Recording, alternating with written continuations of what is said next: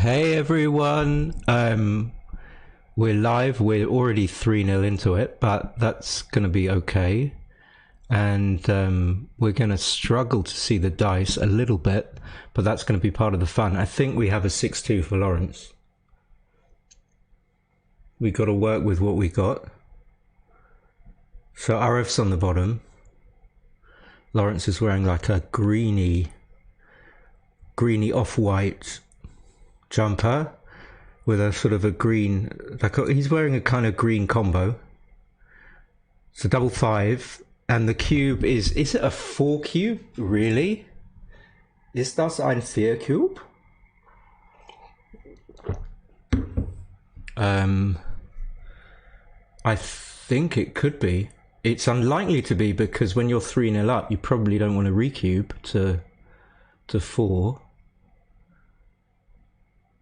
So I think Aref could have equally given some thought to clearing the 8 point there as opposed to the 7. Anyway, if that's a 4 cube, then the boy's going 7-0 up, and it's going to be bish bash bosh. And I'm under strict instructions not to use cuss words, and I will fulfill those instructions gladly. A little belch won't hurt anyone.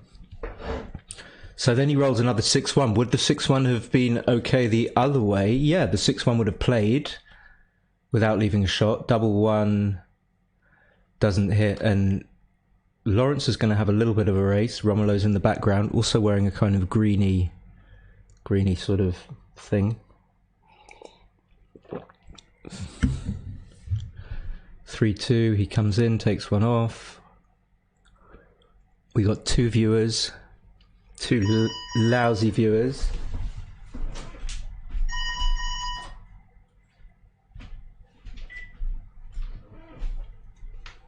Who would call on my landline? My God. 5-3.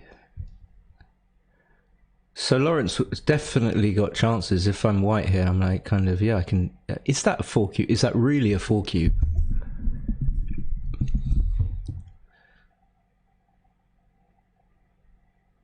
Wish we had the sound of checkers and stuff. So this is going to be the it says main round 2.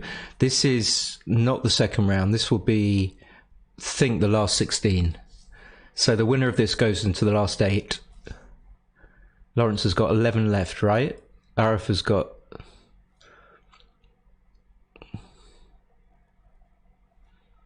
Aref is going to win. Good afternoon, David Chapman. Good afternoon, Squire. Good afternoon. Bright and bushy-tailed. It's the quality of the users. Yeah, we've got a I mean, just that ups the quality by about a quotient of 3. Tej, I still don't really know how to pronounce your name.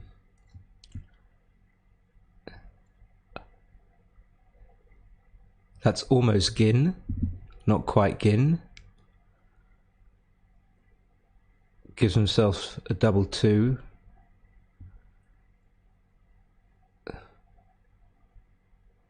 Okay, that was a 4 cube. It says 4 in it. Unless Lawrence put it on 4, that's a possibility. He might have done, but I don't think Lawrence is the type of person to be inaccurate. Let's see. It goes straight to 7. 7-0. Wow. What happened? Come on, Lawrence.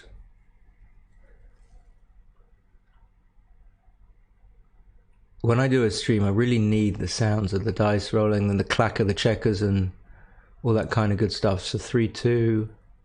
Lawrence is going to roll a 6-3.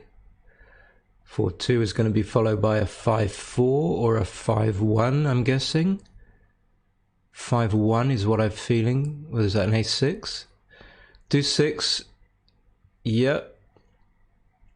And Lawrence could cube this for sure if he wanted to. I don't know if this is a cube, and after saying he can cube this, I mean, it's probably reasonable.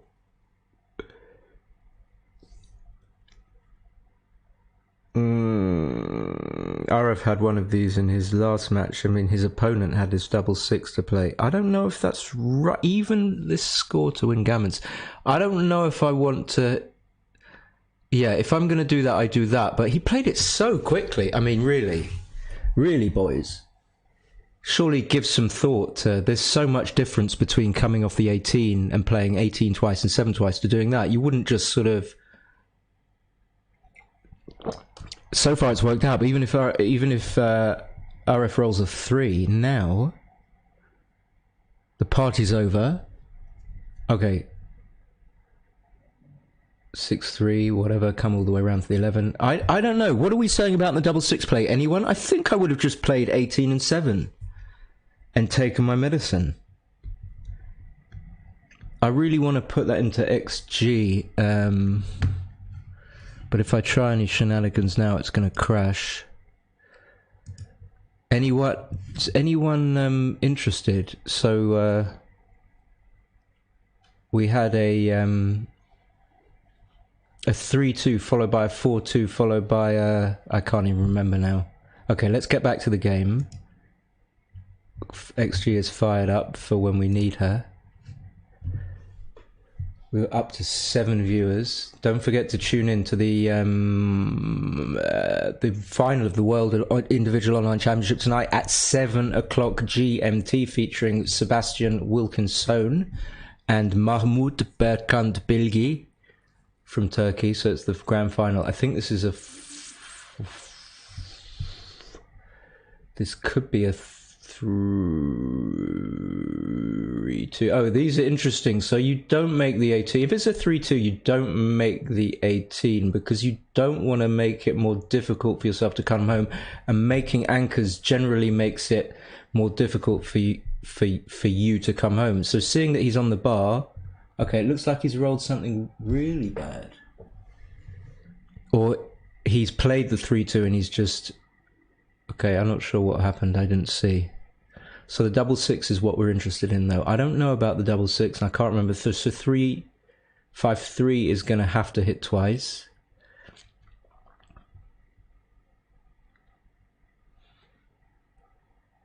Four one, and now Aref's got a tenable game. John Barnes in the background, sporting a kind of a very strident sort of looking black shirt. 6-3 is I think you just have to forego the 5 point, and then you come around to the 11 point. I don't think you want to leave the checker on the 20 point. I don't think you want to do that. I mean, although Aref's taking lots of time, I'm sure he's got that play in mind already. I would be very... Okay, he doesn't. He likes this. If you're going to do that, you're going to... maybe this is okay. Maybe this is okay. Seeing that anything that makes the 5 point is okay. I wouldn't have gone for the 5 point. I wonder what people would have done there. What is that, a 5 deuce? Doesn't look like... Oh, it is a deuce. 5 deuce. Lawrence almost won the World Championship in 2018. Aref has done pretty well in... He's a super GM. He plays about 3.3. Okay, that seems right. So what's going to happen in this game? Aref's going to have to leave the anchors at some point. Make the 5 and the 14 with the 6. Yeah. Oh yeah, with the 6-3. Yeah. That would be superior to slotting to making the deuce, for sure. 5-2. He just came in. I think that's right. 6-4 seems right to go out. Get not clear. If it's a 4-2, obviously he's gonna have to hit. Oh, is that possible that it's a 4-2 and that he doesn't hit the man on the 7 point? I don't like that. I don't think that's good. Okay.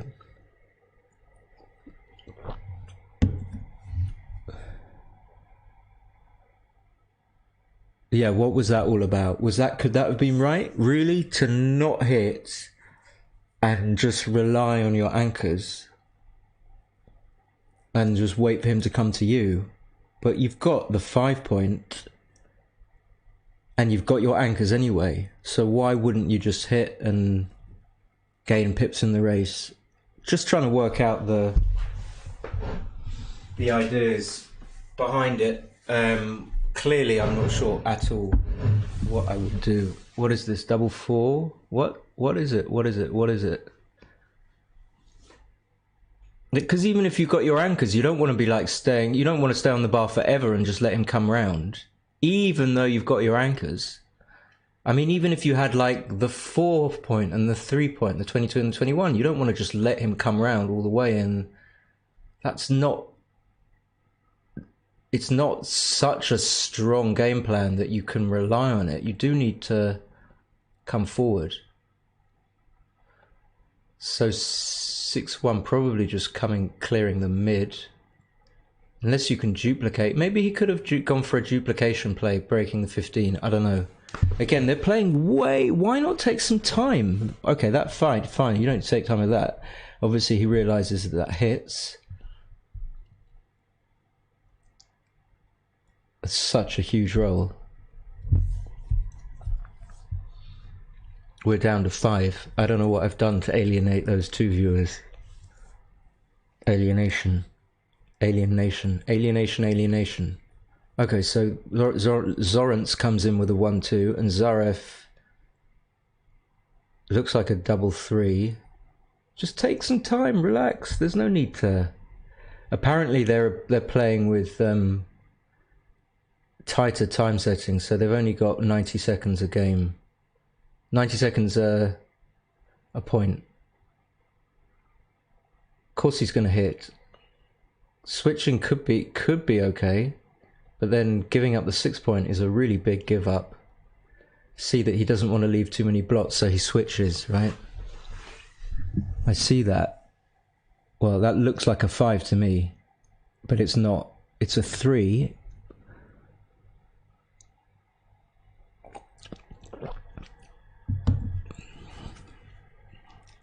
What a come in. I rarely see stuff like that. Having to play 4-1. So, do you point on? I think maybe you point on.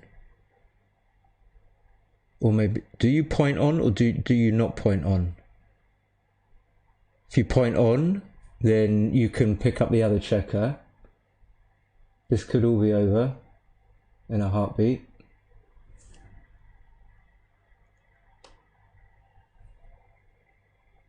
Yeah, the video isn't that great. Thank you, Terje. Thank you. Even though I just completely, flagrantly mispronounce your name and, you know, do terrible things to it. Even though I should know after all these years. Come on, Lawrence. We can't finish now. What's going on? We want more action. Double 4, does that cover? It would.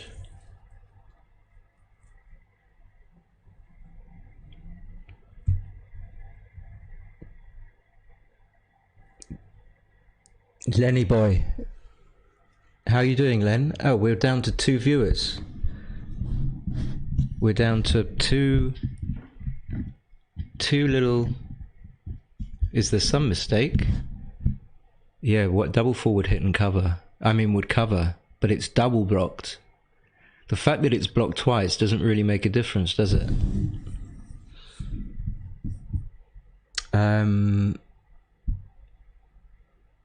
Wait. This isn't such a... Again, I don't know why he's taking so much time on this. I think you have to come out. The Gammon doesn't win you that much. You're going to go 9-0 up anyway. The goal is to win the game. And then question whether you pick up the blot on the 6 point. I don't think you do. You don't have to close out the guy in order to win. Okay, well this gives 6-2, 6-3. Again, I don't know, it could be right. Oh, there's nothing else, right? Those two guys are blocked. My apologies. I thought they could go further. If you could go further with the guys on the 22 point, I think you probably would. And now it's like 60, 55, 45 Gammons. This is over. Romulo knows it's over. So the gentleman standing to the right hand side, just behind Lawrence there in the camera, in the view of the camera, is Romulo Mudu. An extremely strong player and friend, good friend. So it feels like it's a 57% Gammon chance here, something like that. Just to be, not to be exact, 57.4. Yeah, Len, they're mental. These guys, they need to take, they need to take they need to take a chill pill.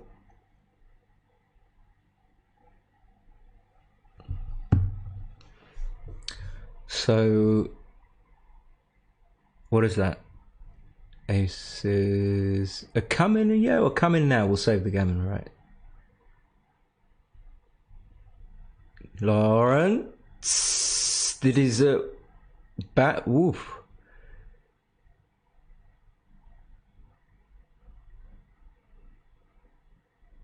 Aref thinks maybe that Lawrence played the role before the dice stopped. Is that I don't think Aref would be that panickety. Is that what was going on? Aref wants to win a Gammon here, I think. I think he really wants to Gammon him. Boom, 6-3. He's got 8 checkers. Why is the video? Should be savable. 2 crossovers, yeah. Yep, the problem is when you roll a 4, or a 3, or a 2, yeah. What can you do? You've got to get 2 crossovers, I think. Len, are you all ready for Thursday?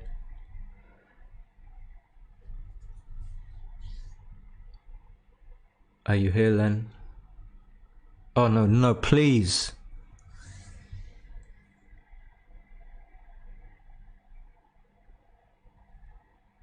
This is over.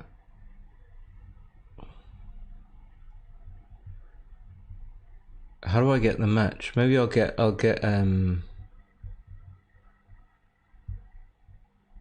what are they? How do I get? I have to transcribe it. Oh, cheese. Okay, let me try. Let me see if I can do that. I'll get XG ready. Okay, this is Gammon. I'm gonna switch over to the XG window. Hopefully you can hear me. What?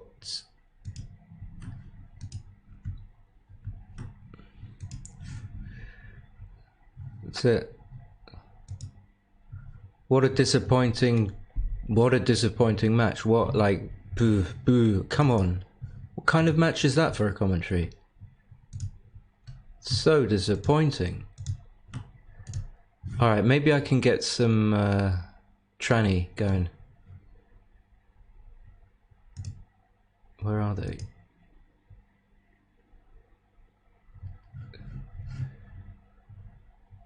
Yeah, too quick. There's me. There's that. What happened? Oh, that was disappointing. Lawrence is still sitting there. Aref is still sitting there. Why can you guys not see that? Which window do I need to be sharing? There we go. Aref's pointing out where Lawrence went wrong. Which is, you know, quite nice of him. Really doesn't need to do that. Doesn't need to. So what do we have? I want to know about this double 6. So let's go back. Let's go back to where we had this double 6. I don't. Again. Oh right. Okay. So yeah. Okay, I've got it. I'm with it. I think. So we're going to transcribe, we're going to put this position in, we're going to transcribe it, from that score. So we're going to go new, game transcription, match play, match length 11, and then we can edit the score. We had 3-2 for Aref, we know that. Anyway, okay, let's change the score. Anyone still watching this rubbish? The score was 7-0. I don't think Lawrence should have cubed there. This is, I mean, I'm only doing this stuff because this is the only thing I remember. So 3-2, 4-2, boom, 2-6. I don't know that, I think 11-5 is right, but I'm not, oh well, because he's got that stack. I think I agree with this play. Okay, it's wrong. It's actually best according to... It's a little bit wrong. So Aref played it super quickly. Then Lawrence doubled. I don't know about this cube. Double. Why people love to double? They've got the computer at home. It tells them don't double. Why are they still doubling this after all these years? Like still doubling. Like you lose too much because you're giving the cube away for nothing. So anyway, and then double six. Yeah, maybe Lawrence redeemed himself with this actually. Maybe. What are we going to do here? What are we going to do here? This is the play that I want to know about. So the double is too early. It's way too early. And then the double six. It just feels like you lock it up with 18 and 7, but it's not what... It's the score that matters, really. I want people to tell me what the right play is. Len? Lem, tell me.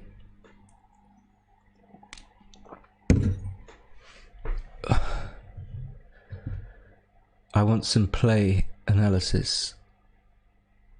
So let me try and think through this. If we think that we...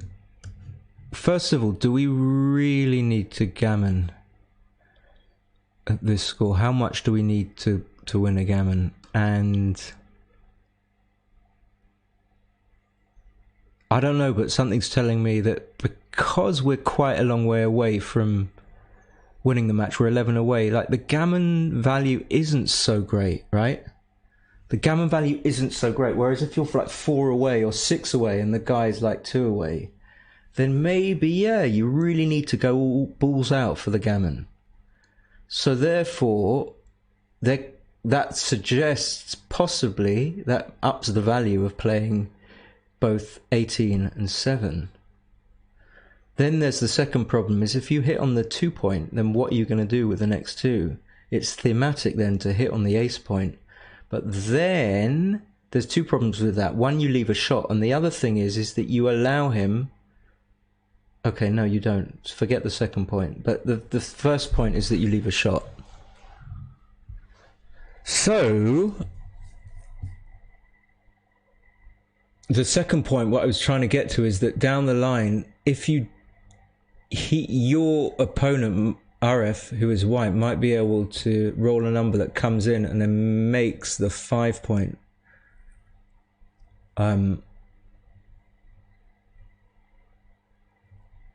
Which you don't want. Have I got anything else to say about that? Not really. I don't know. Lawrence's play doesn't look right to me. Here we go. Here we go. Oh, nothing's coming up. But I think it should be. No, it doesn't want to analyze it. Oh, I see. Right. Oh, I've got to put it on the board. I got to put it on the board.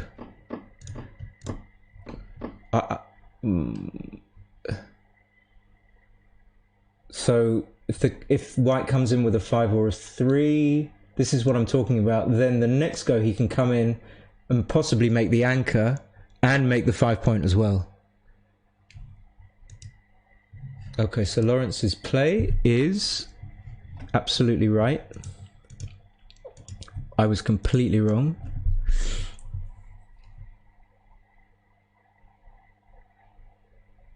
Play that wins the most is obviously both bars. I think I would have got that wrong. I'm pretty sure I would have got that wrong. Yeah. Oh well.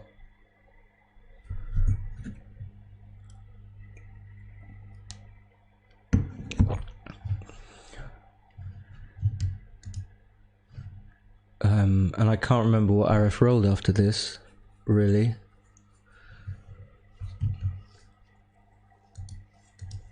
So what can I learn from...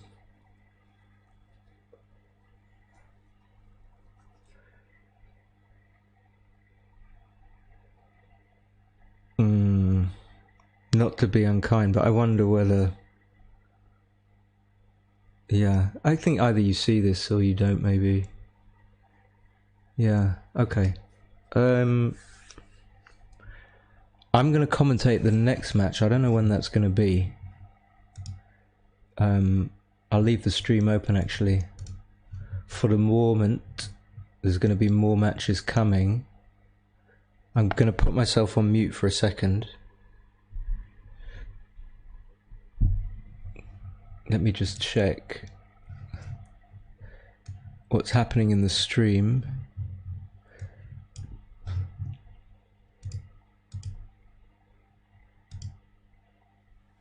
Okay, so there's no one there. It's live.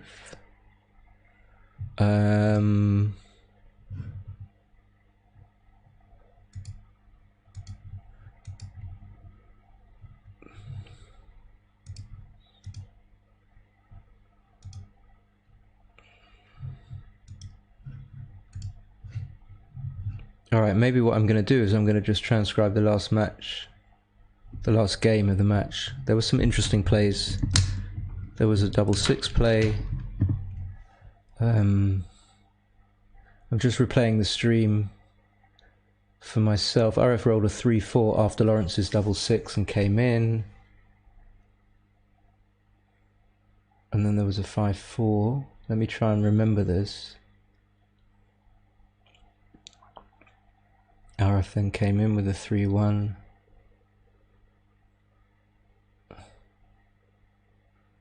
And Lawrence rolled a 6-3. And he brought 2 down. That can't be right. Alright, let's see how far we get with that. Okay. So I'm just going to transcribe some of the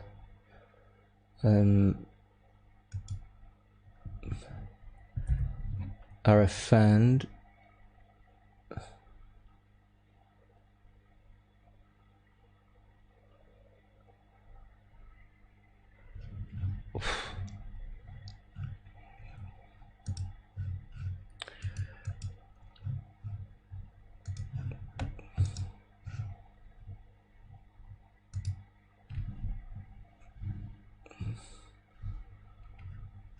Aref didn't fan. That's why I'm not saying anything, because I'm annoyed that I've already forgotten he rolled a 3-4. How can I forget that? I hope I haven't said anything untoward. So Lawrence rolled a 5-4, covered. Aref rolled a 3-1. Then Lawrence rolled a 6-3 and brought 2 down. Is that right? It's a small mistake, yeah. So best play is 2011. 2 down is a small mistake. I think the idea is to come off the back, as in the front checker, the one from the 20 point. Anyway.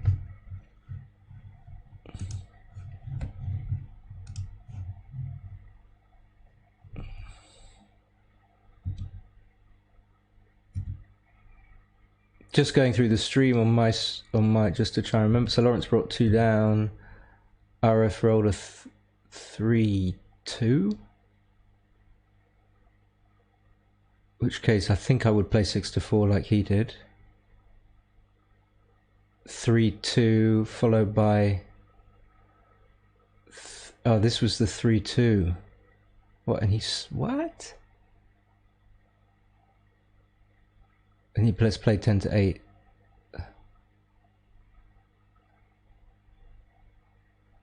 Why would he want a slot? Maybe. Maybe. Or 2018.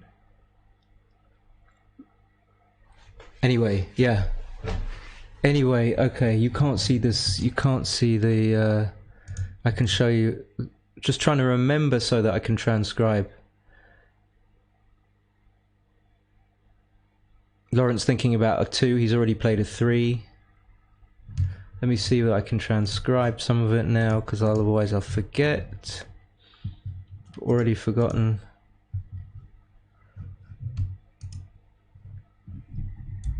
Aref came in with a 3-2. Oops.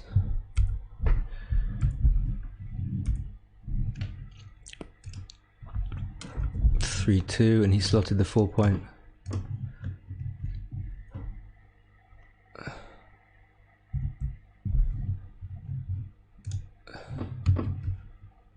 Is that all we've got?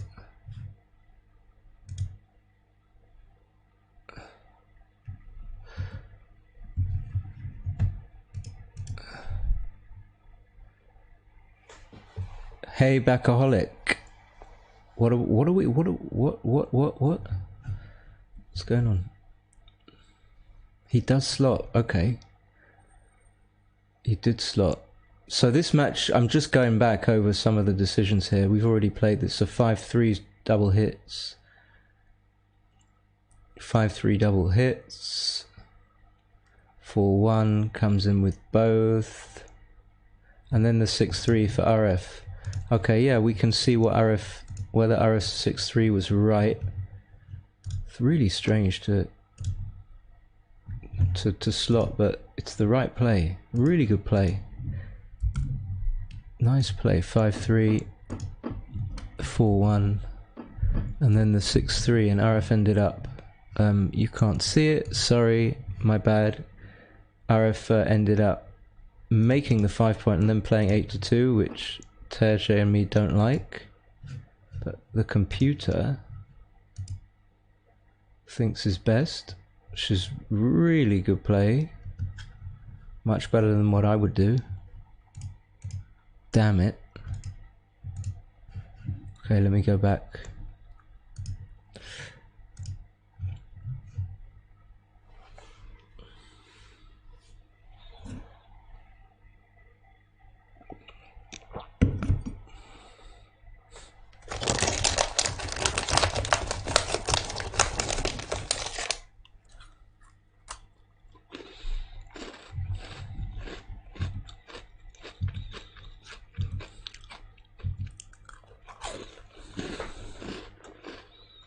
Excuse me, just eating a biscuit. I didn't like the 8-2. So 3-2, Lawrence hits.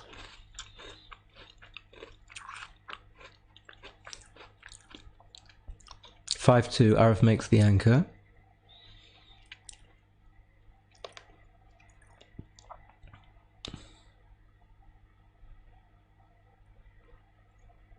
(4-6), Lawrence reaches for the back checker. Why would... What is he seeing? Okay. We will see what the computer thinks about that in 5 seconds. 5-2, Aref didn't like this play. I think you just have to play 13-6. What else? You could play 2 down, I suppose, but what, you don't want to be hit.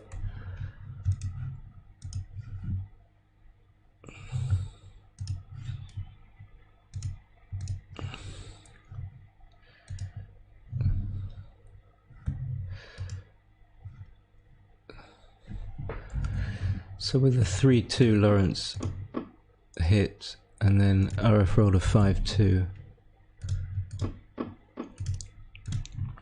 And then Lawrence did come out with the 4-6, didn't he? Okay, it's equal between 15 and 18, yeah? I mean, it seemed okay to me. I didn't say that, but it seemed... And then Aref eventually plays the 5-2 like this. Is there anything else he can do with the 5-2? I don't think so. So perfectly played game so far by both of them, really.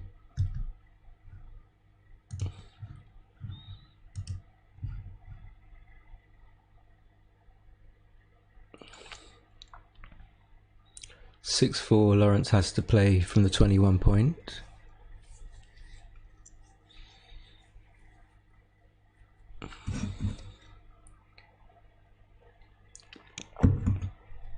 Let's have a party. 4-2. Yeah, this was weird. Okay, yeah, maybe now I like not hitting. Now I say I like it. I haven't looked at the answer, so I'm not cheating. I prefer there's one thing that's helpful is that Aref made the play. So obviously I'm going to go with him because he's a really good player, but it also looks right now not to hit. So let's have a look at that 4-2. Lawrence rolled a 6-4.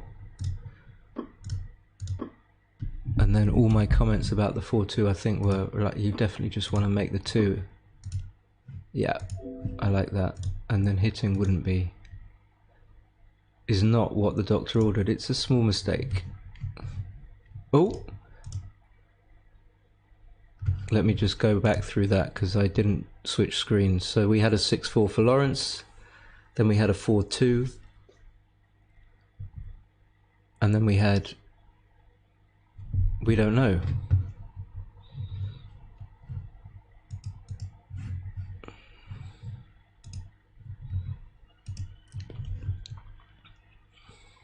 Lawrence rolls a 4-3, so he's going to hit and make that.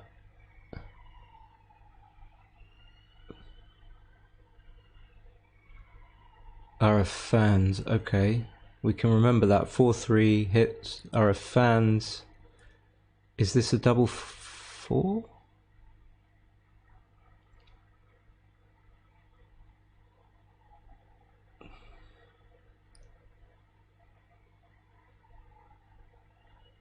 I don't know what to do here. My instinct is just probably to run to the 13 point.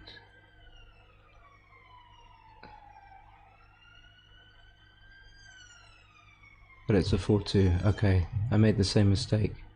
So he runs with the 4-2, fan again. 5-1, I guess you just play safe.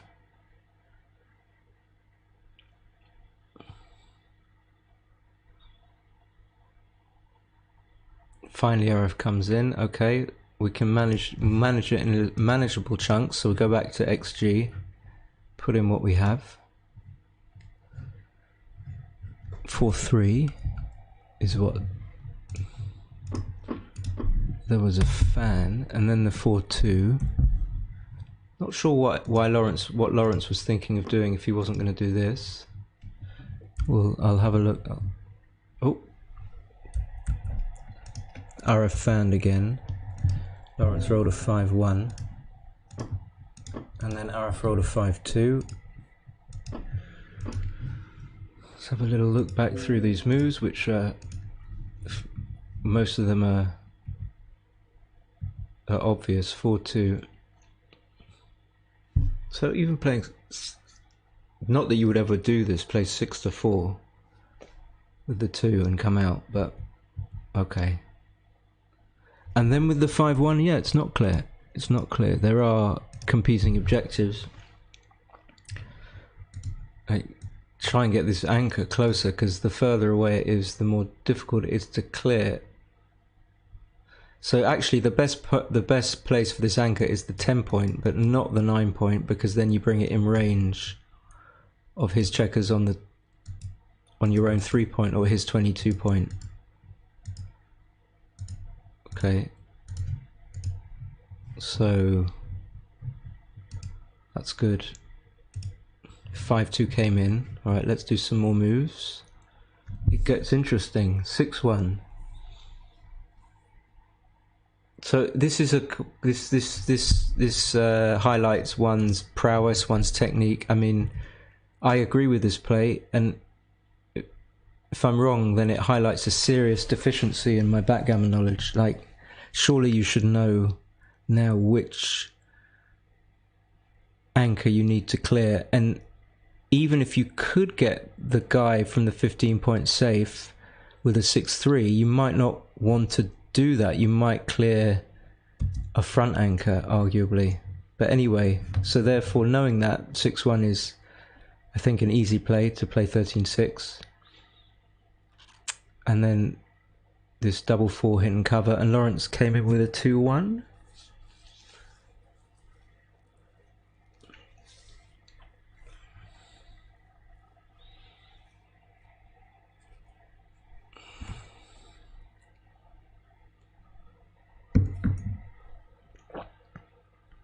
Yeah, and then Aref had a double 3. Okay, and he played 6-3 twice. Ah, I see. I didn't see that when I was commentating this. So, unfortunately, spoilers, Aref has already won the match, but we're just having a little run through, see who did what and whether or not it was best. And like, clearly by elimination, this is an easy play. Like, he can't move any other threes.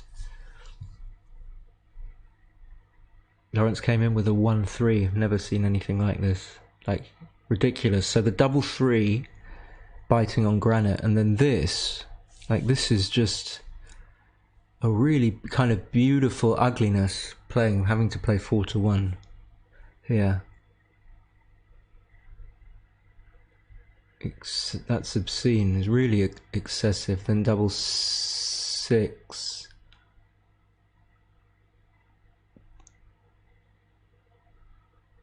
And I think you have to hit on the ace point, and then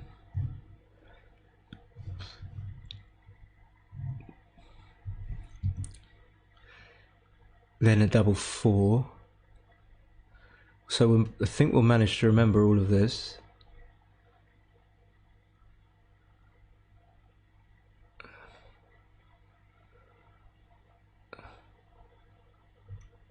Ah, he made it was a 5-4. Okay, right. 5-4, and then a double four.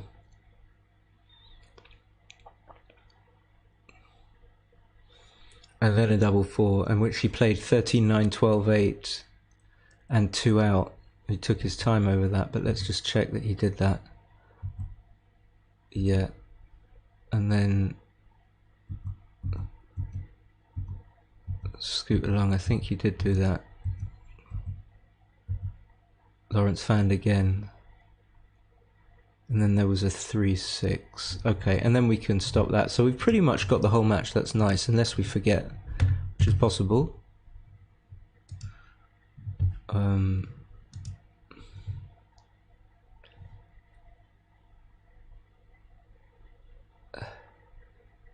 So this is where Lawrence almost forgets. Rolled a 6-1.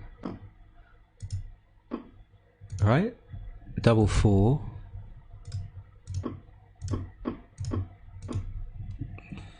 One, two. If nothing else, show off my memory skills. And then there's double three. Easy to remember, because I mean, what else can he do with a double three, right? And then 1-3 is forced. Big joke, big happy face for Aref. Then what did we have? The 5-4, double six.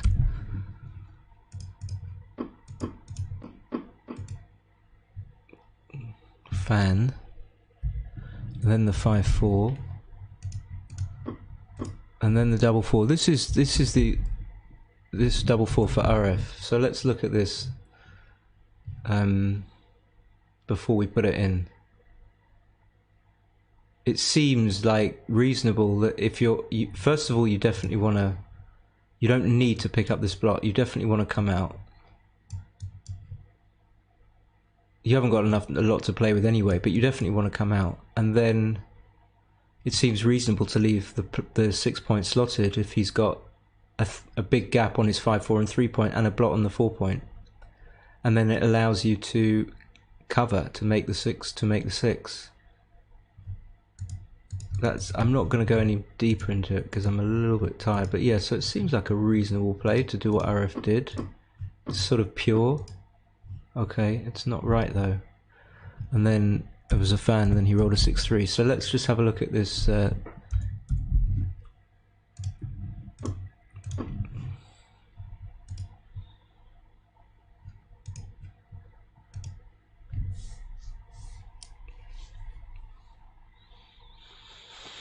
So I kind of said this, but if you make Aref's play, then 6-2 and 6-3 become pretty good for blue, even though he's got a blotting board.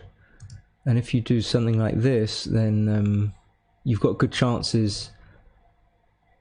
Although I didn't spot this, you stay back and then you can hit the guy on the 21 point. So in fairness, I didn't spot this at all.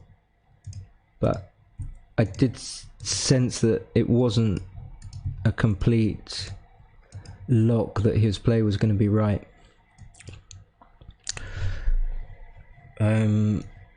And that was the game. And then Aref ended up gammoning him, and that was it. So the next match will be on shortly. If I'm going to get any notification, I don't know. I hope I do. It's a little bit sort of rough and tumble. I'm going to keep the stream going. Why not? And put myself on mute. And I'll see you guys in a bit.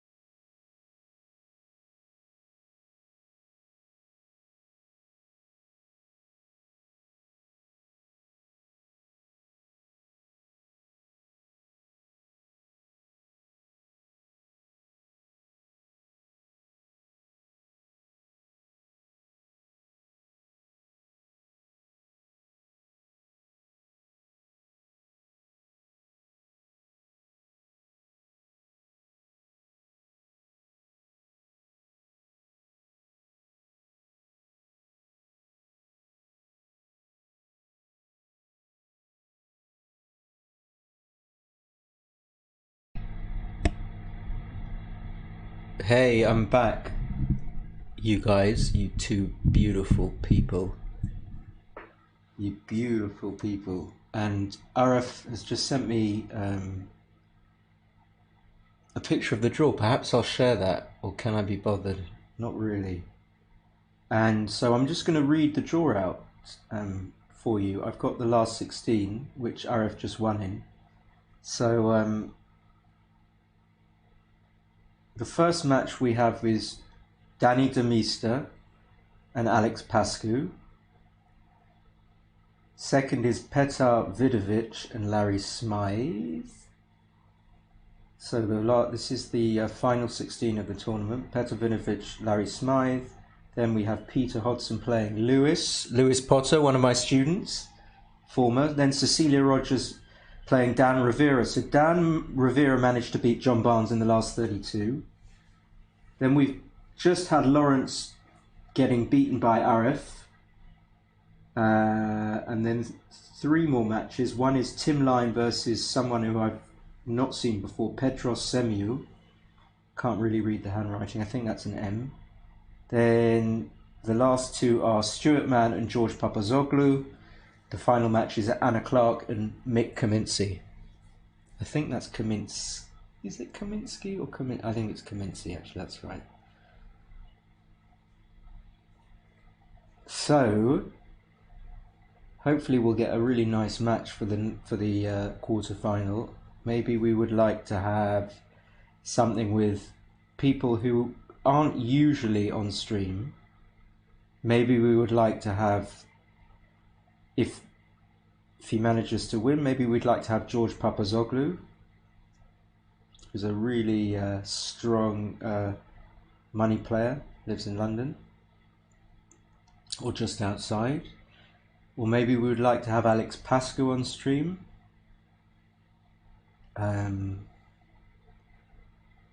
And then there are lots of players who probably haven't had matches streamed. And I remember when I was a little boy, and I always loved the attention. I wanted to be on stream all the time, and still do. So that's why I'm on stream now. This is my own stream. So it's cooking up really nicely. What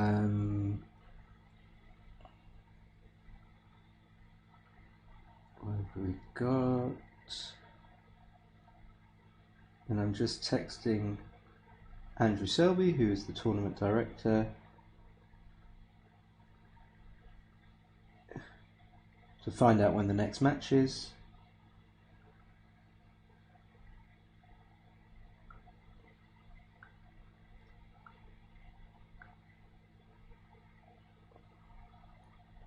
Just going back through that draw. I will share it on, let me see if I can download it, because I think that's one of the most important things that people want to see, like who's actually in the tournament. If they're remotely bothered about this tournament, which I can understand if some people in the world are not bothered about this particular tournament. What's happened to the camera?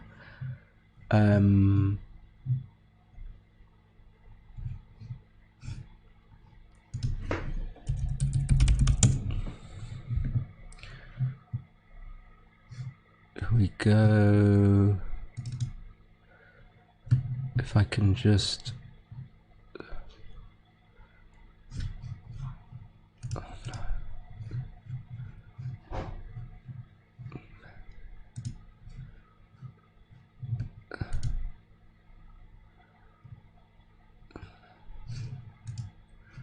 Window capture.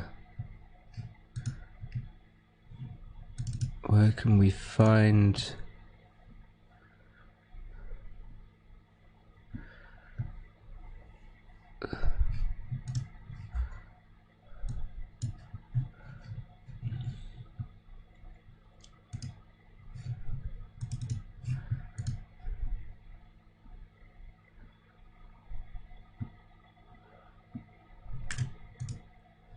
Oh well, okay.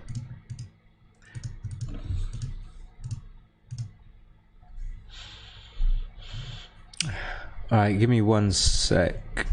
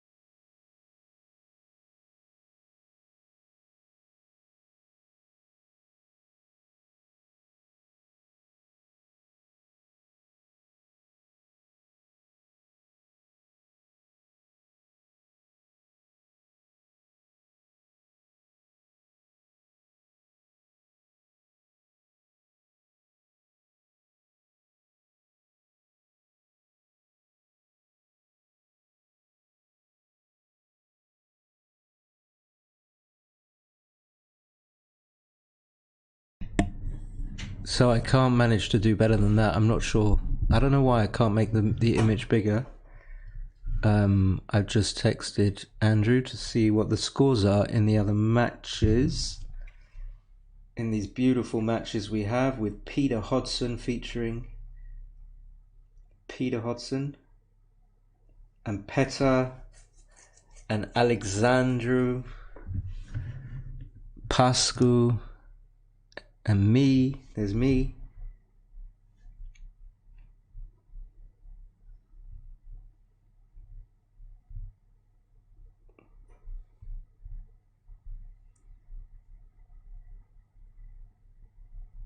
There should be like a live scoreboard updated as soon as someone scores a point. It should be connected to I have a no, just he sent me the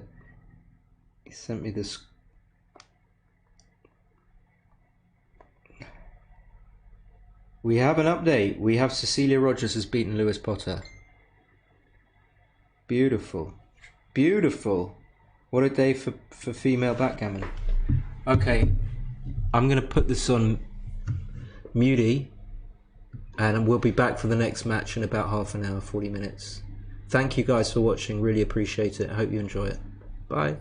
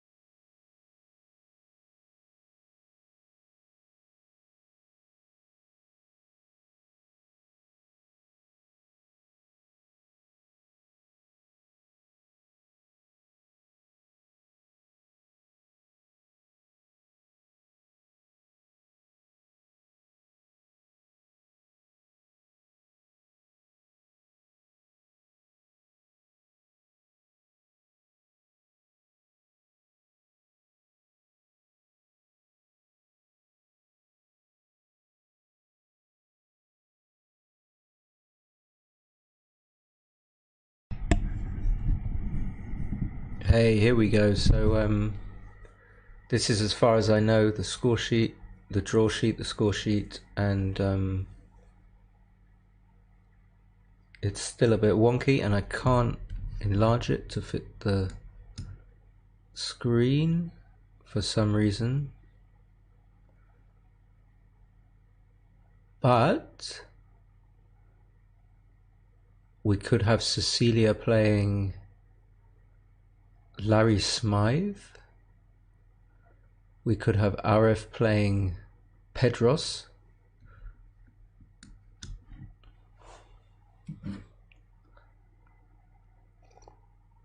I'm going to leave this on the screen and I'll be back. Bye.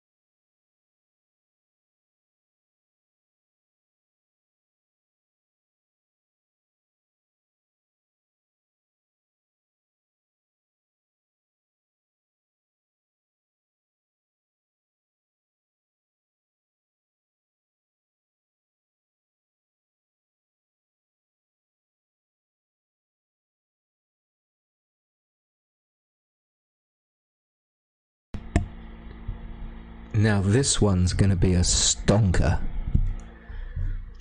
Just waiting for Tim Line to get to the board, mates. And Aref has already set up his BG buddy with the clock time, which is going to be 16 minutes and 30 seconds for the 11-pointer.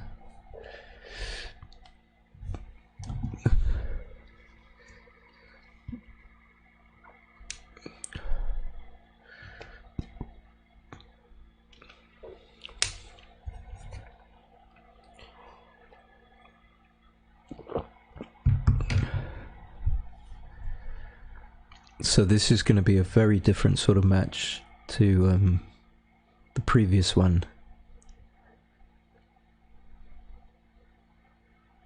It's going to be really close.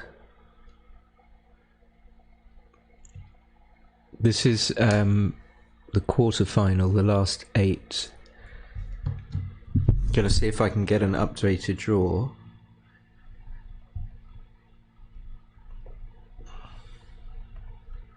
From Andrew.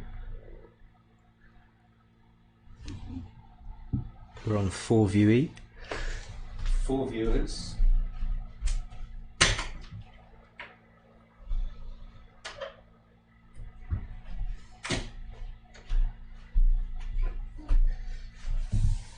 There was a time when I did live transcription and commentary at the same time, but I can't remember how to do it using my OBS.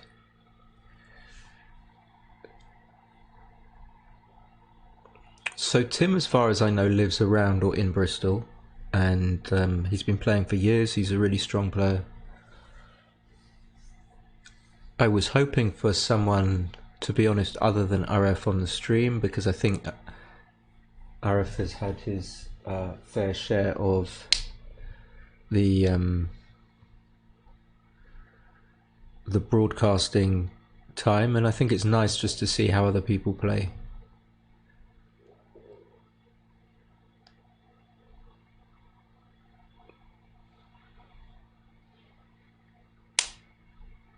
But Aref on paper should be like a big favourite, you know, like it's going to be on something like a 3.5 against I think Tim will be like a high 7. Tim will be a 7.84. 7.843.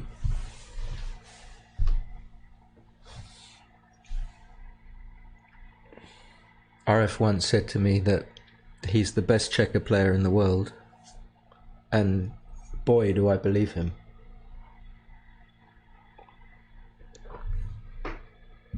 But where is Tim?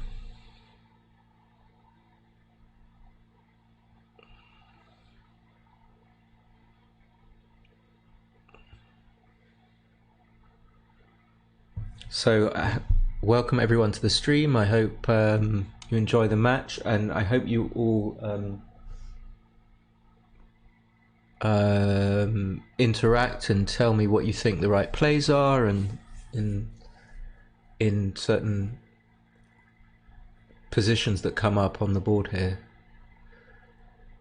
because it's much more fun when we do that, and other than just waiting.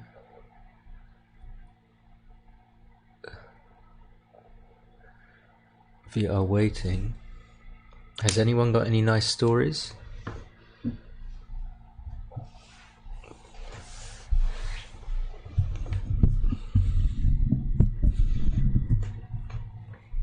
Maybe I can get... Oh, I just had match will start at 10 minutes past 3. Okay, I'm gonna go on mute for a bit. See you guys later.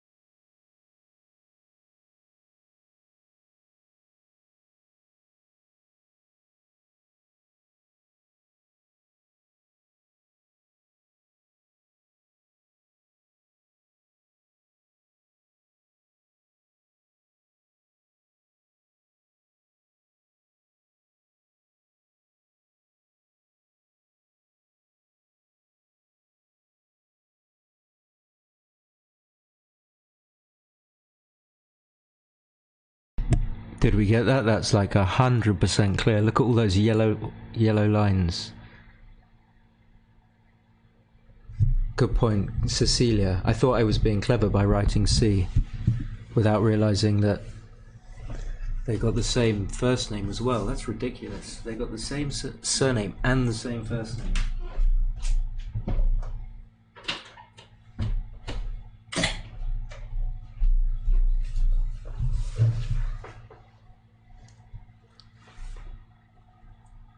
So yeah, the draw. The first match will be either Daniel de Meester or Pascu versus Petr Vidovic and Larry Smyth, or Larry Smyth. So either Meester or Pascu versus Vidovic or Smyth. Then the second match in the quarters is Peter Hodgson versus Cecilia Rogers. The third one is this one, Alipour and Line. And the fourth one is Stuart Mann versus either Anna Clark or Mick Kaminsky.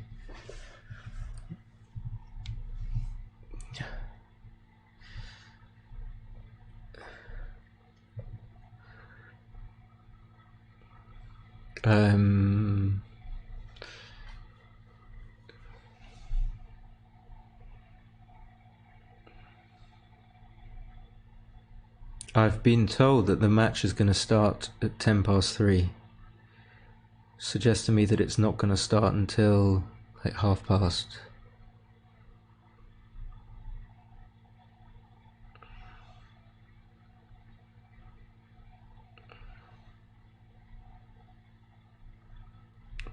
While we're waiting, we could have a quiz. Okay. Okay, now I've got an even more recent draw sheet, which, yeah, the only change is that Alex Pascu beat Danny de Meester in the last 16, so Alex is waiting to play either Petr Vidovic or Larry Smyth.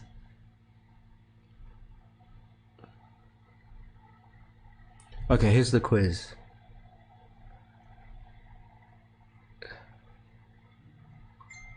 They're starting now. Okay, so Tim's apparently here. I went to the hotel where they're playing. I'm not there now. I got back home. I didn't see Tim.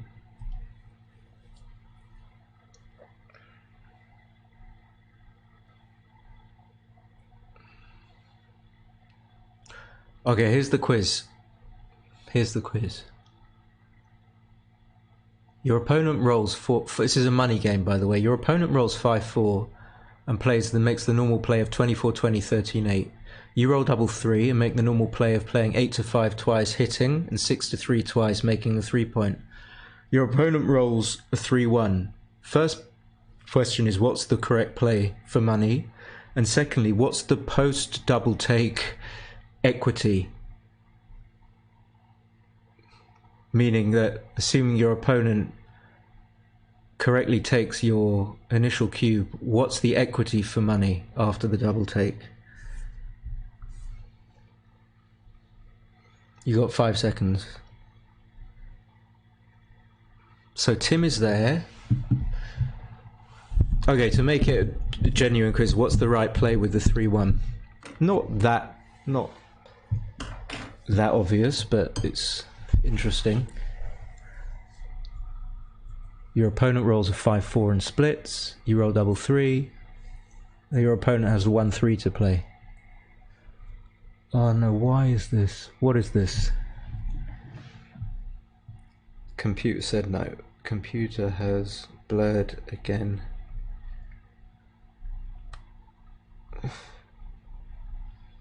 Okay, no, it's good. Okay, they're gonna start. We got 12 viewers. I'm gonna try not to be an idiot and good luck, Tim. I think this is gonna be a great match.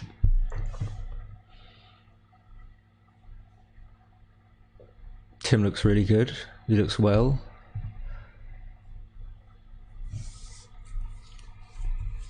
So Tim's going to use a baffled box. I don't know whether Aref will or not. I'm not sure. The fact that he's holding a dice cup suggests he's not going to use it.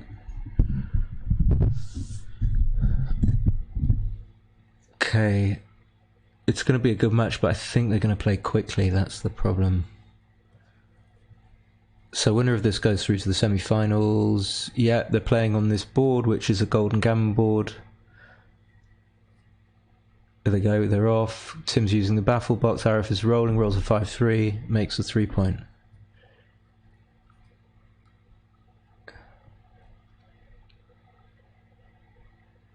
Looks like a 2-1. Yeah. Okay, Aref is dollying the dice on the double 2, is going to make the 11.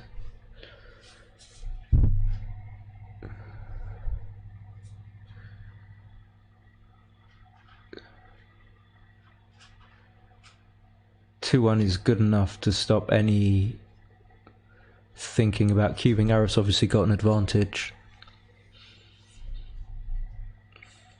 So 4-3, 5-3. If it's 5-3, I think I would come out. Even though you can get hit with checkers on the 11 point and the 13. Because I don't really think that the bringing a man to the 8 point has any value, really. So I prefer just to come out completely. I think Tim has rolled a 6-4.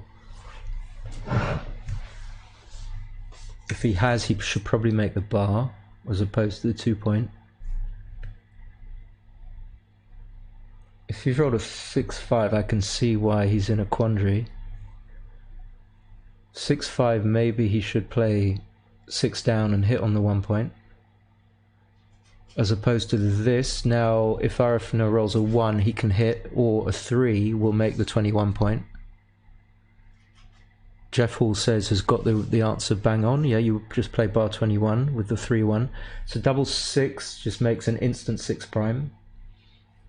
Even though it's not absolutely perfect, you'd like to bring the checkers out as well.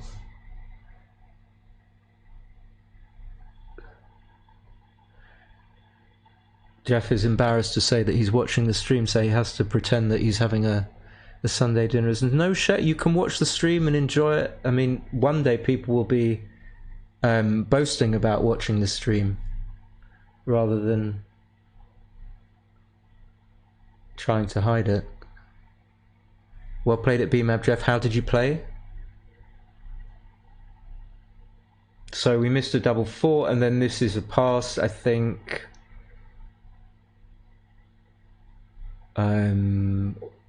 Could be too good.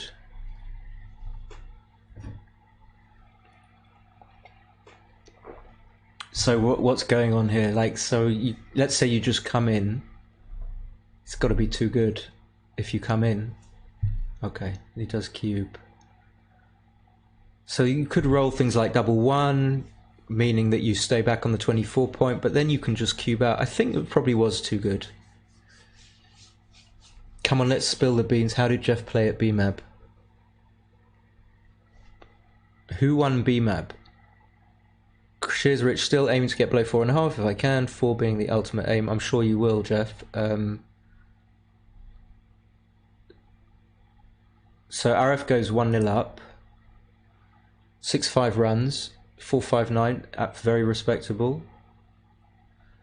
6-2 is going to come out and split to the 11.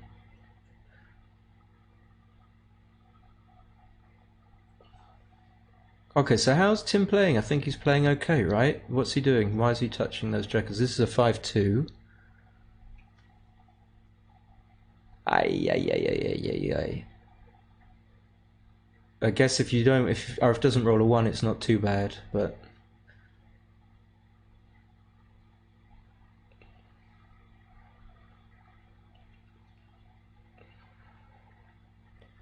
So Aref will take his hand off the board. He'll play 18 to 13. He might hit. He might hit.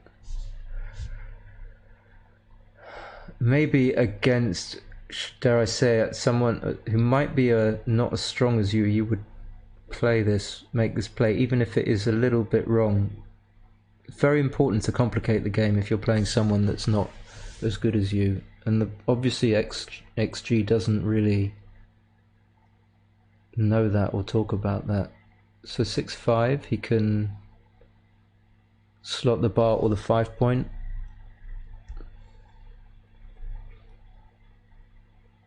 Looks like a 3-2, in which case you have to hit, I think. I'm going to use my arrows. I don't know if they're going to come up. We can just see. Oh, it looks like they are. Can anyone just... I'm pretty sure they're coming up. Just let me know if you can see the arrows.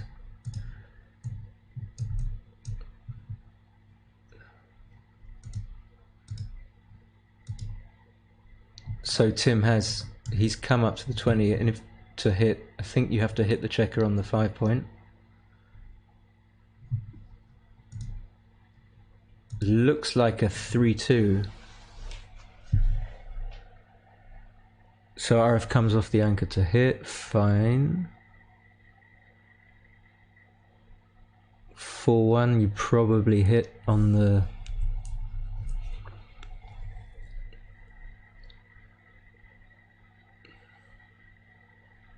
Well, more important, okay, so he doesn't hit. What's going on? Well, maybe White has a race lead, so he says, well, I don't want to hit if I'm winning the race. So what do I say? How would I argue against that? Well, maybe there were some rolls for Aref which were better if Aref wasn't on the bar than if he was. But I think Tim's play was alright. The video kind of stopped and started again. Aref's going to hit with the 5, with the 6. Abdul, is that Abdul Abhalim? Why is Gaz not playing? Oh, now is that arrow still on the screen, guys?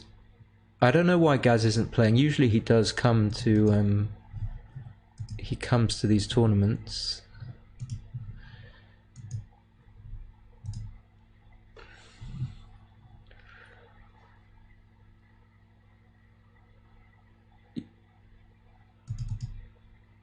While I sort out my arrows, yeah,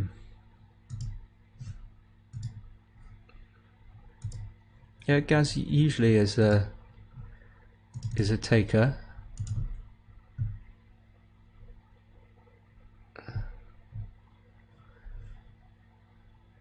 The arrow has gone. Do we want the? We don't want that horrid. Okay, thank you for. Well, it's gone now. Alright, so what do we have? Tim, did he throw those through the... It looked like he just dropped them on the board. So let's try and see what the roll is. It feels like a 5-1.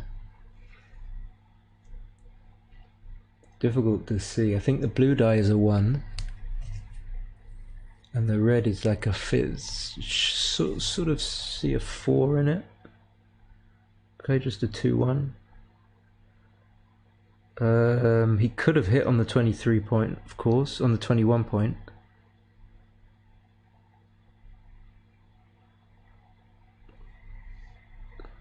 Okay, we can see a double 6, but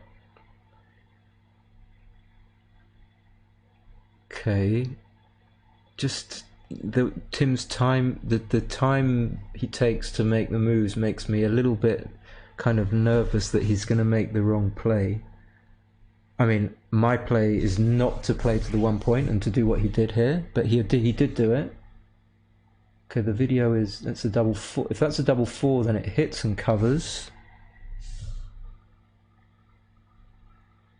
Aref had a very similar double 4 against Lawrence and sort of played it very laboured and slowly. 3-4, it's going to be too good now to double. Aref doesn't even stop. Seems sensible to make the 8 point. You're going to need it to come home. The video's kind of lagging a bit, but it's just about bearable.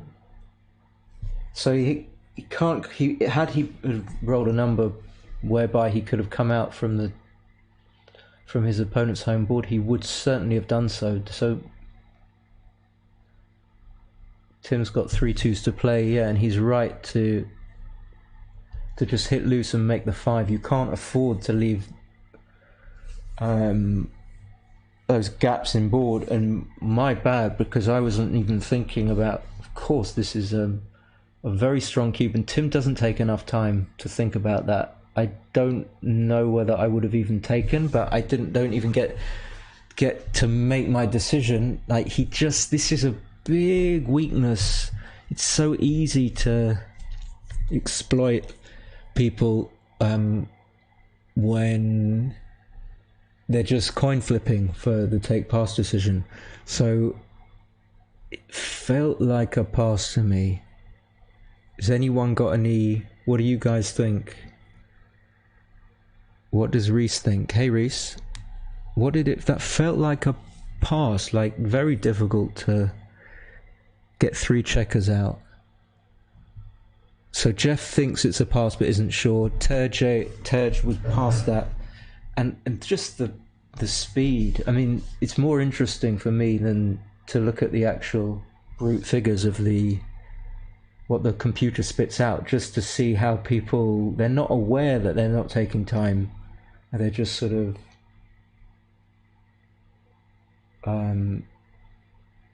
they're prone to their own sort of their patterns, their own psychological patterns.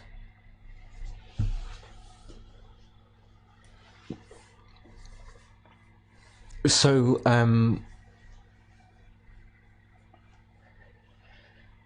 yeah, I mean, of course he got unlucky, he got hit, but now there's a good chance he's gonna. Sometimes it's hard to see when, why, and how the stronger player wins backgammon matches, and sometimes it's easy to see. Like in this position, Aref is, he's going to win 4 points. He's going to go 5-0 up, and then he's just going to win the match. And it sort of makes a huge difference what you do in some spots. It's not just about the luck. Okay, this looks reasonable actually. Just try and save the gammon. Hopefully you can save the gammon.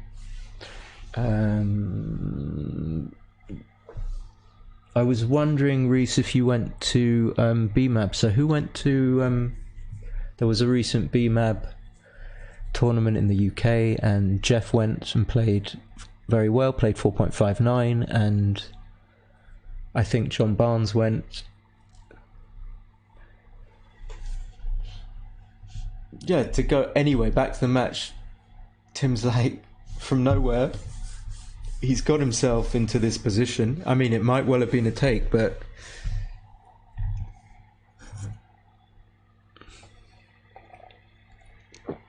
I can put it in, try and put it into XG Mobile while I'm sitting here. Try and remember it roughly. I think I can. Do I want to clear the board?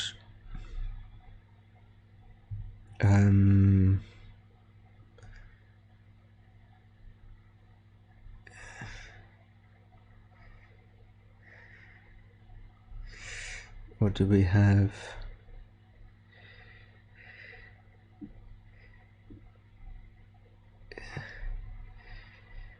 I think Tim had 1 on the air, 2 on the 23, and Aref had the 8, 6, 5, 4, and 3, and maybe the mid, maybe 1 on the 12, something like that.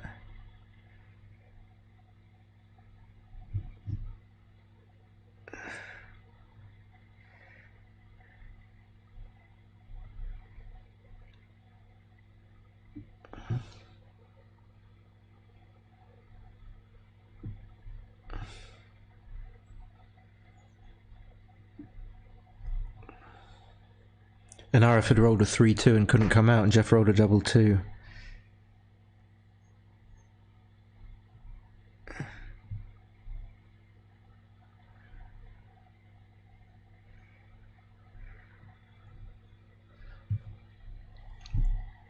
Anyway, so what's going on? Like 4 and the 23 point looks really bad.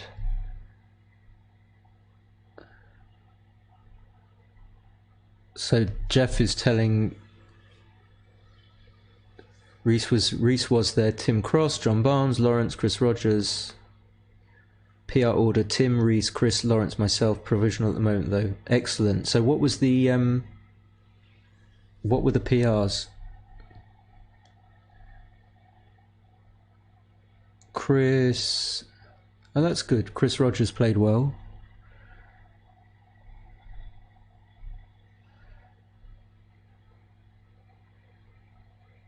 So it's a 4-2. Aref is thinking about clearing the 5-point.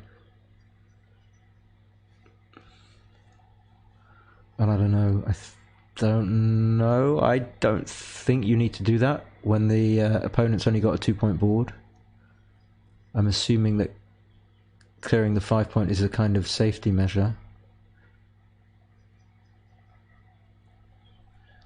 Although having said that, I'm not even sure. Yeah, Reese played. You played 4.26, Reese. Yeah, I know what you mean about being disappointed.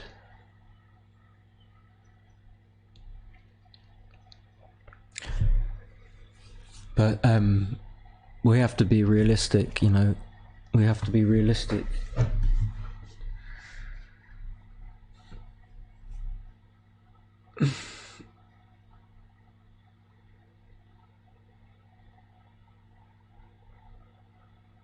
So he does hit with a 4, so this could save a Gammon. If Tim's gonna Tim doesn't want to go. Ooh, and that hits as well. Tim's kind of just, the board has gone. The board is back.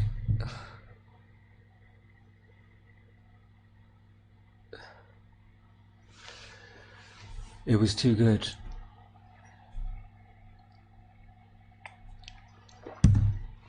I mean,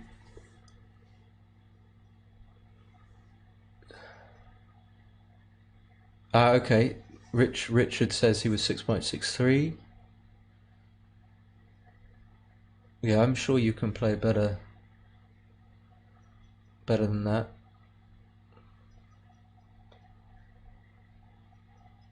If someone is going to take a 0.6 in a position that's not completely impossible to analyze, which isn't that difficult, or they're not under time pressure, I just don't, you know, it's not backgammon. Oh, what's happened to the light?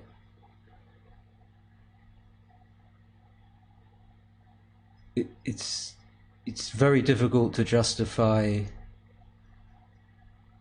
What am I trying to say?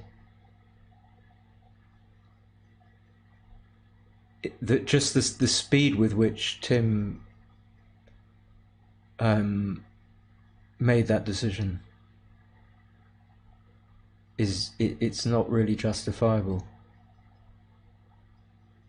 It's a bit harsh, but I mean, having said that, the counter argument is everyone's entitled to do whatever they like, play backgammon any way they like, move the checkers how they like. They can move it with one side of their right finger, or as long as it's legal, they can do whatever they like. It's they paid to play. But I'm just saying, if you're trying to win a tournament, there's no way that making that decision so quickly, unless you're super sure, can help you in any way. So, and I guess I'm a little bit disappointed because personally, Aref's a good friend of mine, but I would like to see someone actually put up a bit of a fight. So Tim's 5-0. I can't see the score. I think it's 5-0. And I don't even, I mean, maybe this is a cue, but why he suddenly, see Radu in the background, what,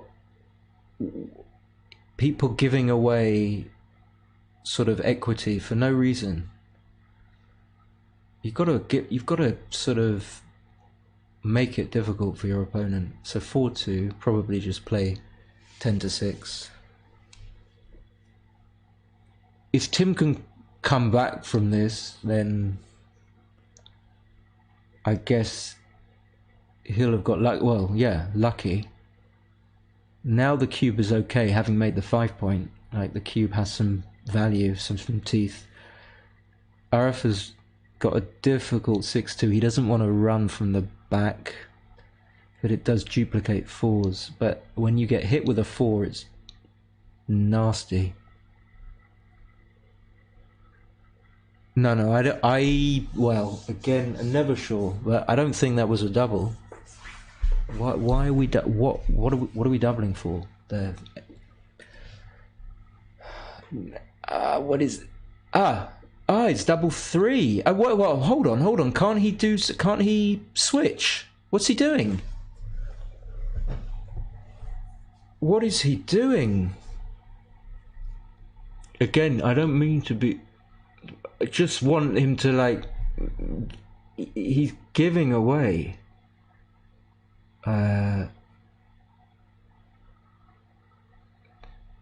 Having said that, after the 6-4, Tim still could get some gammon action here. Is that double 5? So most 5s are not going to run. 5-1 won't run. 5-2 won't run, I don't think. 5-4 would run. So it's a 5-2? Yeah. Yeah. It doesn't inspire me with confidence. This feels like a 2-1. If it's a 2-1, just slot the bar, the burr. Okay, fine. 3-1. Put the checker where it was needed. And now, are you gonna run with a 5-3? Yeah. If you get hit, you get gammoned a lot. I think I'm gonna make the Am I terrible to say I'm gonna make the 3-point? I mean, I would think a lot longer and harder, which is code for me saying I don't have a clue. Because when you get hit there, it's worse, I think, than being hit on the 2-point. Because you're not desperate to escape, you're just trying not to be gammoned. That's my sense of it. Has he rolled a 4-3? Okay, that seems, again, a couple of very eminently sensible plays from Tim, so redeeming himself. Definitely, Jeff, definitely depends on the race, but it's also about the configuration of the checkers. And I mean, usually I would always run, but something told me. Okay, so 6-5. Tim's got 6-5.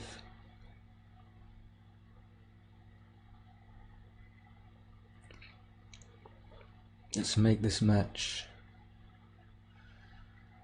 So with 6s, he's going to break the 2-1. Yeah, okay. Yeah, good play. So a series of good play. The 2-6. With the 2-1, there was another play, and I just sort of said, yeah, good. What does he have to bury a checker like that? Does he?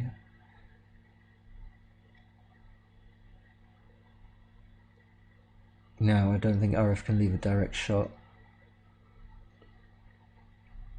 And with some 6s, okay. So it's double 5. What a monster. Wow. So that ain't backgammon, it's just kind of, did we put the checkers where we wanted them? Well, we got out of it with a double 5. I don't know, I didn't see what he rolled. It was a cube. I guess the score makes you a bit more desperate. The cube was too good. Yeah, but how big was the cube at 5-0? Fair enough. If it was a cube, it was a cube. No excuses there. But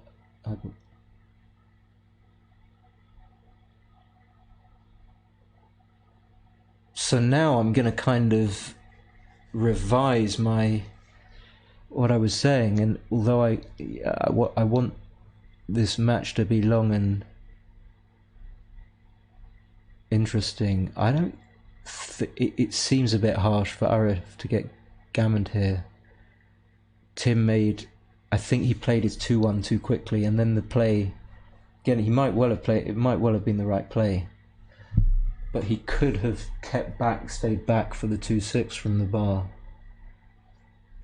The 2-6 is such a big, if you come play 10-7 with your 2-1, you allow the 2-6 to be such a great role for your opponent, and that's really the only role that's going to give your opponent like 30% winning chances in the match. The rest of them, he's a huge underdog.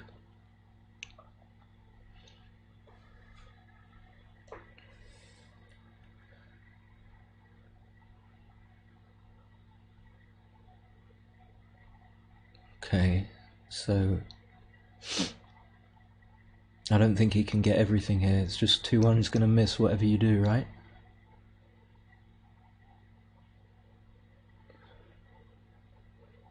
Two-1 is going to miss. That's the best you can do. I've never seen this happen before.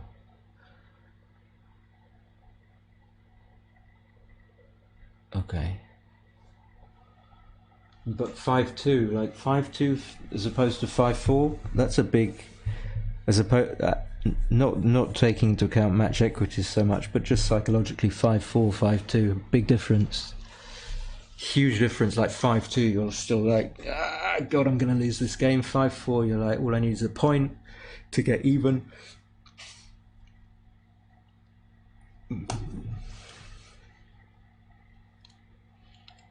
Yeah, Tim made some good plays, but then he kind of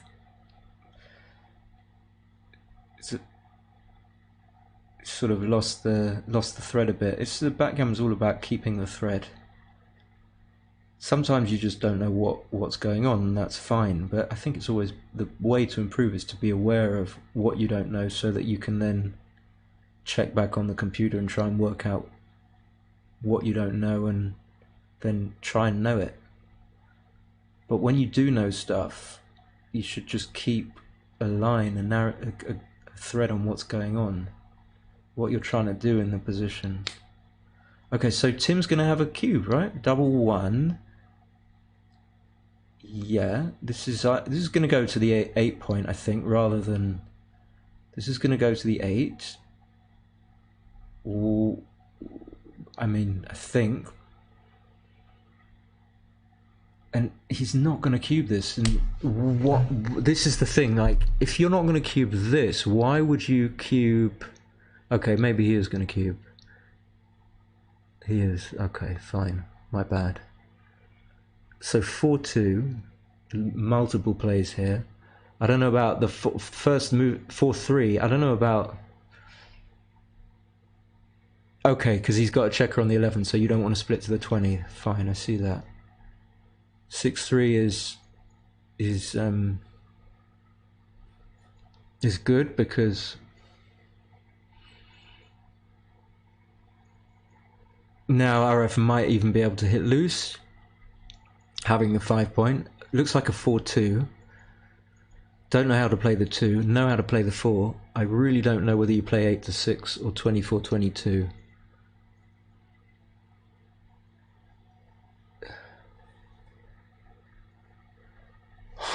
I can't really think. Yeah, maybe you come up like this. So that's aces. It's pretty sure it's aces, and see Aref taking his time. Like, why rush? You know that you're going to make the 4 and the 5 point, but you can take time. It's unlikely that taking time is going to make your play worse, unless your name is Simon Barjet. And just taking more time, you get more time to see the rest of the board, see what you need to do. I love Aref's timing. I mean, it's just, I can see that he knows what he understands what's going on.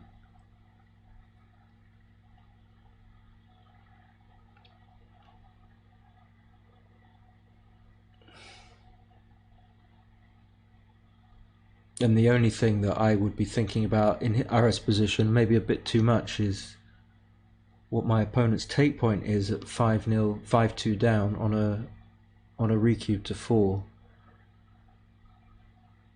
When the chances of getting a recube are probably less than 50%, so it's probably better not to waste the energy and think about it. But I can't help myself think about things like that. But of course, now that Tim has made the 18 point, then there isn't going to be a recube.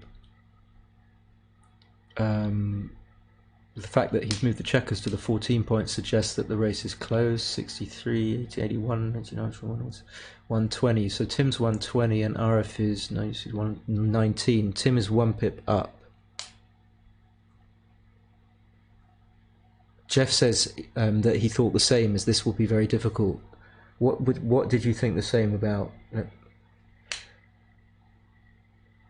What did you think about the cube action? Did you think about about recubing? Yeah. Oh, that's interesting. Because that's the only thing you really needed to think about in Aref's position. There wasn't going to be any checker play coming up. So Tim is still not thinking. Aref has rolled a double 4, and Aref is just taking his time, but, you know, fair enough. He probably knows that he's going to disengage and play 13-9 down, unless he's played something. I don't think he has. Yeah, I thought you meant that, Jeff. Yeah, working out the take point. That's what I like to do. I like to know. I don't know. That's not really necessary, though. That's not really a sort of a match-winning approach. It's more like a theoretical. So, Aref should be 17 pips up or 15 pips up. I can't remember whether he was 1 up or 1 down after the roll. 896, 119. I think he's 1 up, so he's going to be 103 to 120. But like, he can take his time. Look, it's almost as if people have got ants in their pants. They just don't like to sit and do nothing. And why not? Just sit there and plenty of time. I mean, what else are we going to do apart from have a Sunday roast? I know if Tim passes, he'll be 4 away 90%, but 4 away 9 away is not 7.5%. 2, did you mean 1 away 9 away? No.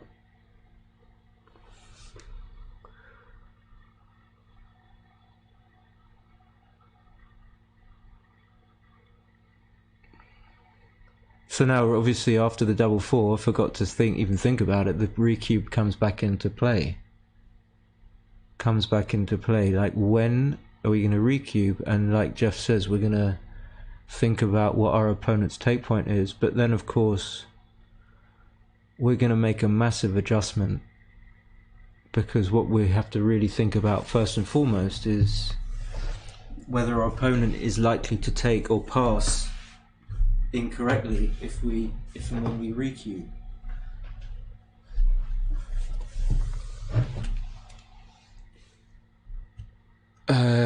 So 75 to 15 divided by 15.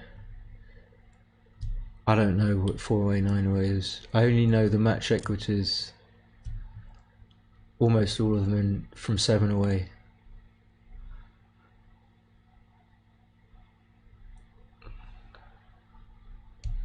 Yeah, so if he passes, then he'll be 4 away 9 away, which is I don't think 15. Could be. Seems a bit low.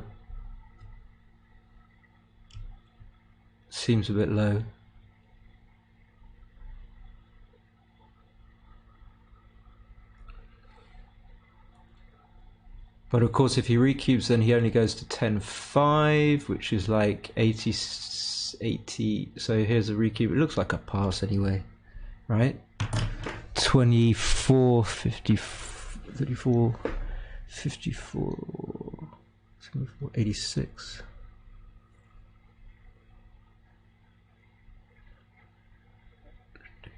16, 86, 102. That's like.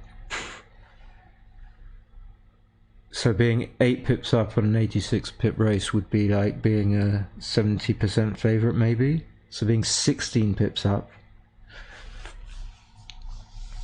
Yeah, this is not even... And this is the thing, like, when you get someone like Tim, again, I don't mean to be... This is just my perception, I could be wrong. You never know whether or not he's going to take this or pass this. You just don't know. It's very difficult to predict what he will do and what he's thinking. How he works out what the right framework is. Like, what are the factors? Okay, good, he does pass. This has got to be an enormous pass, right?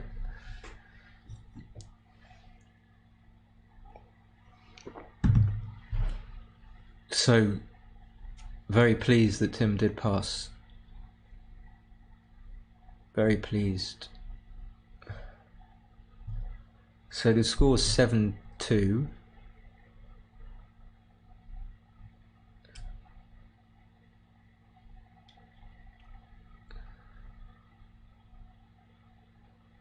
Okay, so if Aref rolls like 1-5, a 2-5, a 3-5, a 4-5, a 1-6, it's a cube.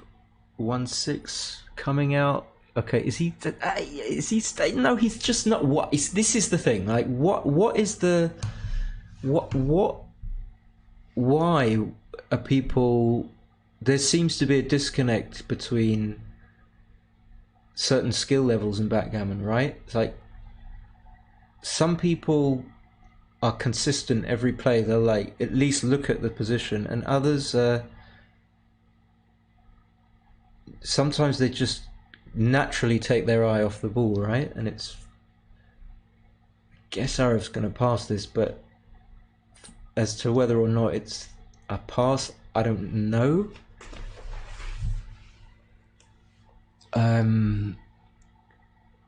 Like, if you pass...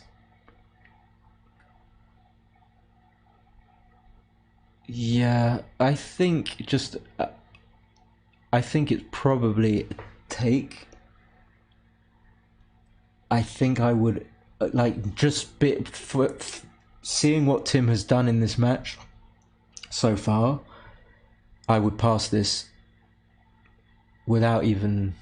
I would think about it. I would just make sure and like think, oh, okay, yeah, well, he's really made some dodgy decisions. Like, even if this is like a 0.2 take, I can get gammoned like 27% of the time, whatever, just picking numbers out the air, you know, and avoid getting into a situation like this. So I would just have passed, and I thought Aref might pass it as well. But I still don't condone kind of rolling and missing the cube there.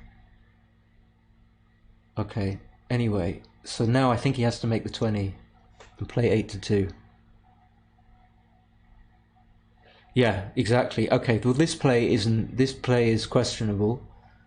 Like, just giving twos, very powerful 2 and 1 to your opponent. Okay, 1-4. I think he can afford to hit, maybe. Okay, fine. I wasn't sure. I'd go with that play. He seems confident. 6-4 is going to make... No, it's a 6-5. Okay. Now Tim will hit on the ace because he's done that before and it's the right play. And okay, really? Would he want to do that? He won't do it. Will he do that? Would he do that? No. Okay, my read is right. Yeah, I don't think you can play 20-9, giving good ones and all sorts of stuff. Okay, I think slotting the ace point is not too terrible because you unstack.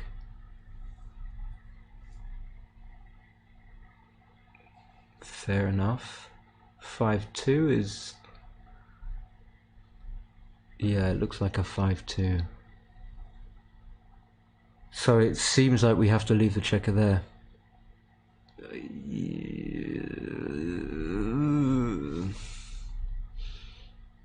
I don't think we can do that. And then so if we can't do that, I look for it. I just force myself to find a better 2 than that. I don't think we can play when we're trailing 7-2.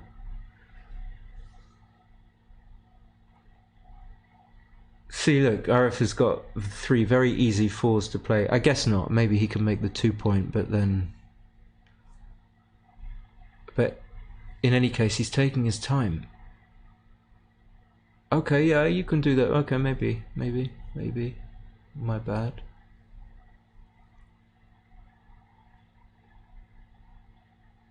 And this is very, very tough. So you have to think about hitting it.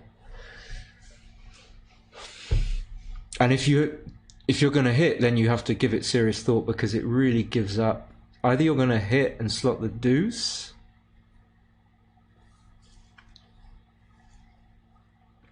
or you're going to probably more likely hit and leave the anchor. And so if you're going to do something very drastic to a position, then it makes sense to think about it. Okay, fair enough. He thought a little bit about it. It's a 5-3. And it could all be over very quickly. It's a double 3. Okay, it's a 3-1. Okay, that's big. So there's a little bit of danger for Aref now. There's a little bit of danger. What has he rolled? Looks like a 2-4. Which is a really good roll.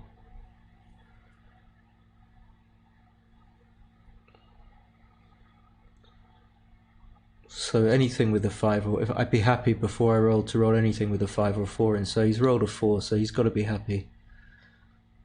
And again, you know, because he's so far down in the match, maybe he can afford to play 14-8 rather than this, but this is okay. He's got lots of covers. Is this a 3-1? I think it is, in which case okay, it's double 3. He's going to hit. Seems right to hit, no? 5-1. So they're all coming in when they need to. Is this a 5-2? I think I would come in on, if it's a 5-2, I think I'd be happy to come in on the 23 and make the deuce. And kind of either hope that my opponent doesn't come out, or that if he does, I've got a 5-point board, and then I'm gonna hit him. You know, 4-3. Nope. That's like suicidal. He won't do that. Okay. But he could have come. Could he have come out? 6-2. We'll just run out. 6-4 will run out all the way. Yeah. Okay.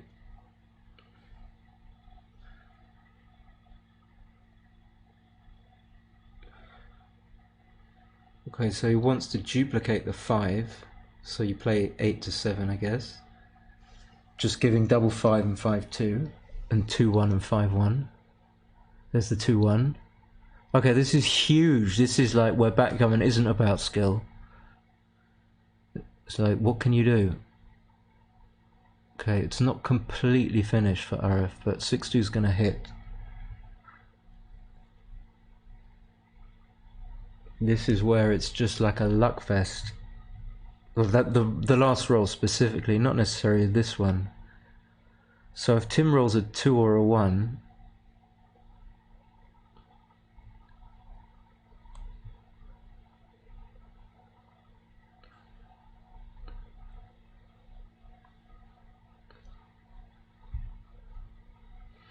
just he should be giving himself maximum covers, I think.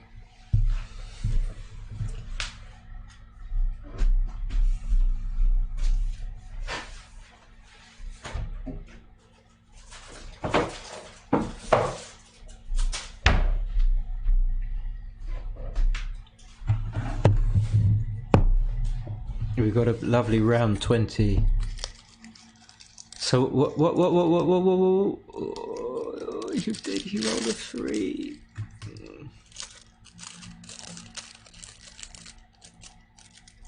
So it looks like just standard to play down.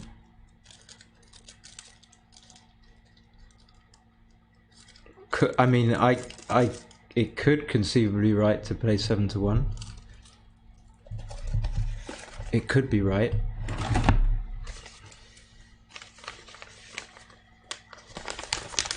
Okay, so for the match we wanted a Gammon. We're always in favour of the match. We don't really...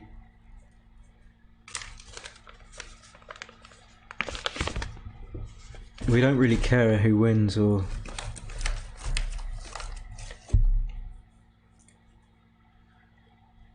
So nice, it's in the right balance after this 5-4, and then the 6-4 is... If that's a 6-4 for...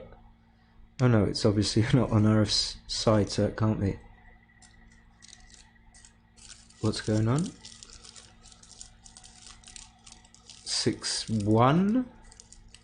He has to disengage and not come closer with the 1, so now like 6-1 and 5-1. There's a swing on those, otherwise really? Okay, I thought he... Double 3 is just going to come to the 8 point.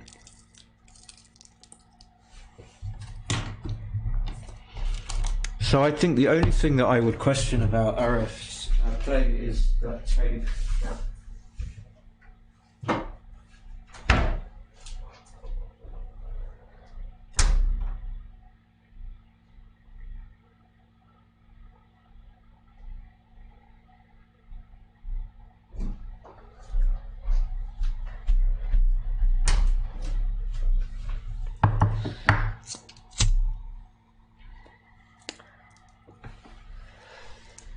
So it's really nicely balanced. It should be 7-4. And when you've been 7-2 down and you win 2 points, I'm starting to think now that perhaps I really underestimated the psychological impact of different scores in different match scores. Like 7-2 has a completely different feel to 7-4 has a completely different feel to the 7-4 where you've just lost the game, to the 7-4 where you were 7-2 down and just won the game.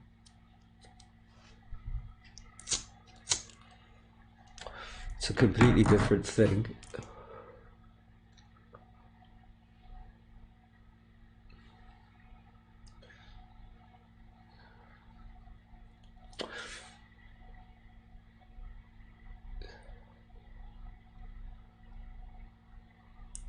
Sorry, Mop Up, I didn't get a chance to say hi. Good morning. If you're still watching, double 2 is beautiful. Should lock the game up.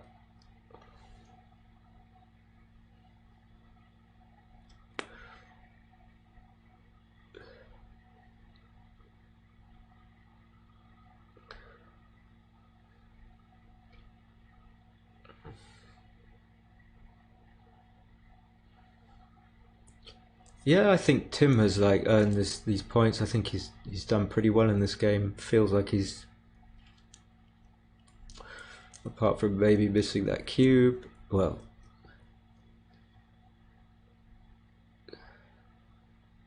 break. I was gonna. Is this a break? No.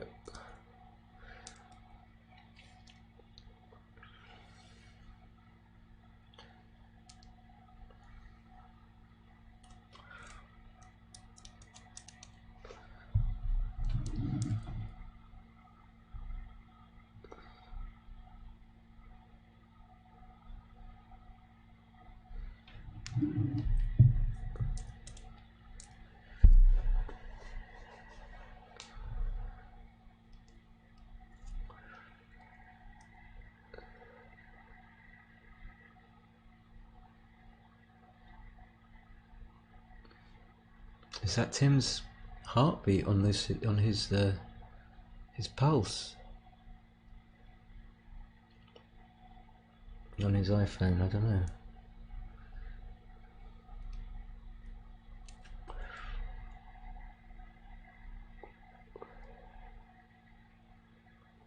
And going back to that kind of psychological impact of the score, if Aref loses a point here, then it gets like annoying. It gets a little bit close.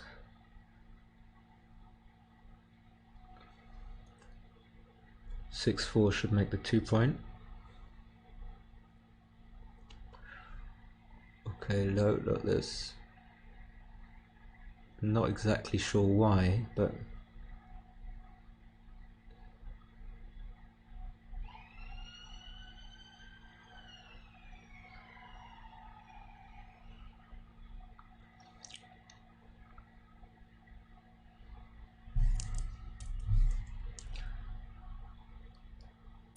wow, double 2. A fan could be a very tricky take pass decision for Tim, but he comes in, and I would stop and think if I was Aref, probably knowing that I'm not gonna cube. What? Oh, it was a 5-3. I don't really understand this instant cube. I don't think Tim's gonna pass.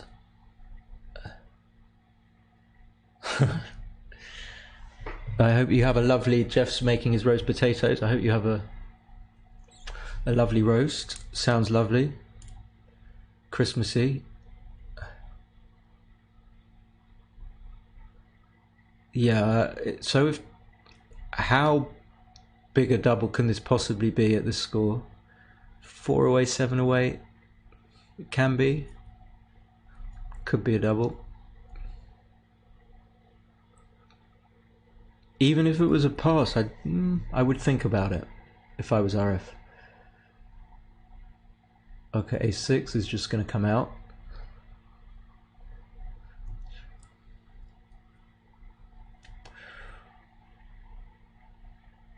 So I'm not saying that I wouldn't have cubed, or he shouldn't have cubed, or it was wrong to cube given the skill levels of the players, but I don't think that cubing instantly was, I don't see the rationale. I don't think he thought it was a pass.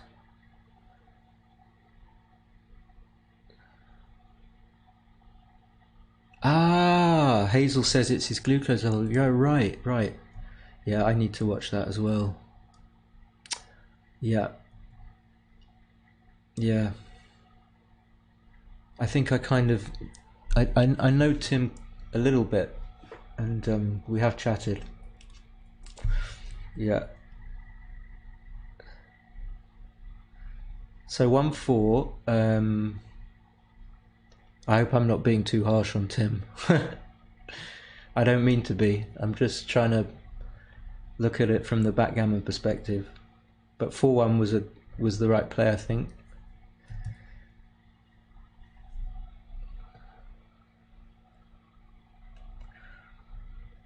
Ace-5, just slot the 3 point. Okay, 3-1. Yep.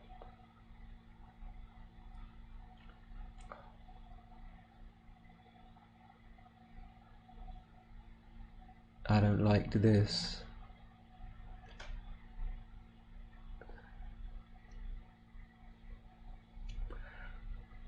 No, I think I would.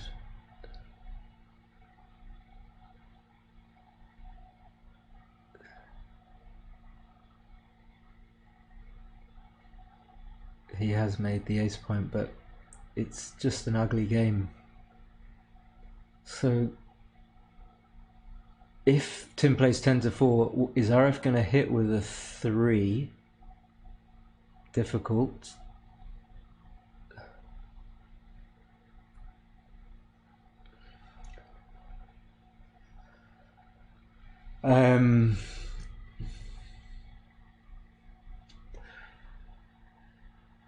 Well, I mean, let's hope that Tim can somehow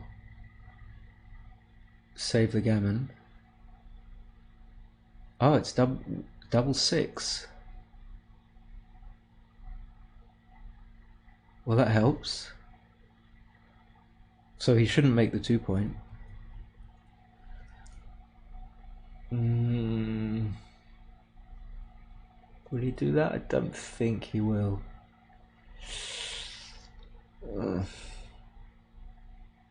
Okay.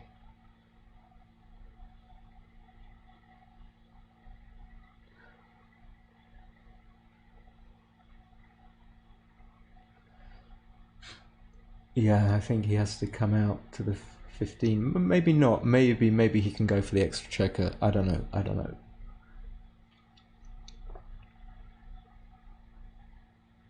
He can hit all of them now.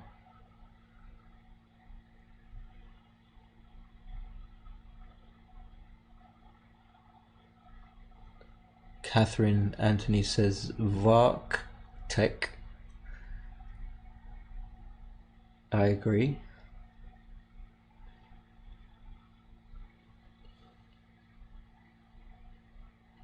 Is Tim looking slightly resigned now? I guess. I think after the double five. I think when you're in Tim's position, I know how it was like. You don't really know how it got into the position that it did. It all kind of goes so quickly. Sometimes that happens even if you're making the right plays. So it's just, it feels harsh.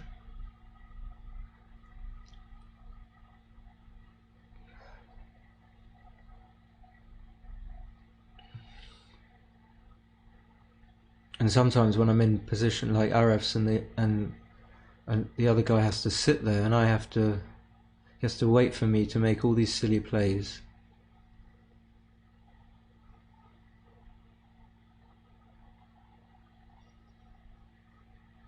If it's a 2-1, I think I would just play 11 to 8, preparing to roll a 6 and slot the 2 point with the 6.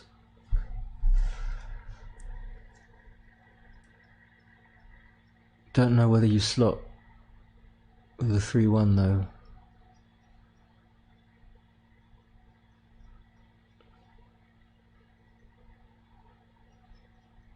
Okay, I suppose because you're running out of time, you have to. No, I think that now you have to slot with the 5 because some of your numbers now 6s are going to play awkwardly.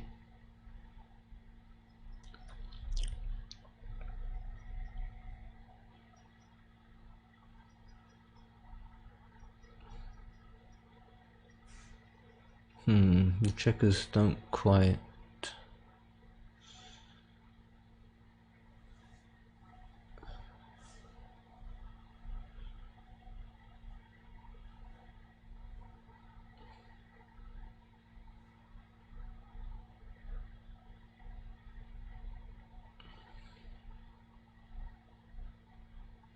What could you do there with the 2-3?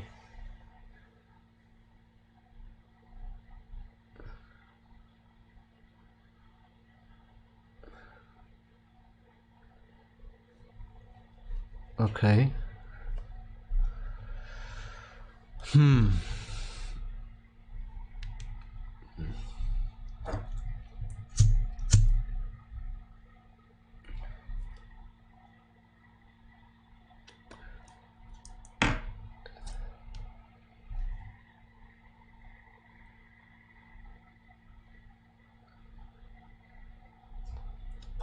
The thing that's bugging me most is the checkers on the 3 point being vertically misaligned.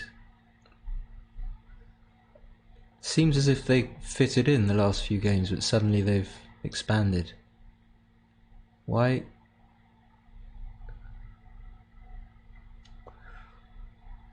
Okay, so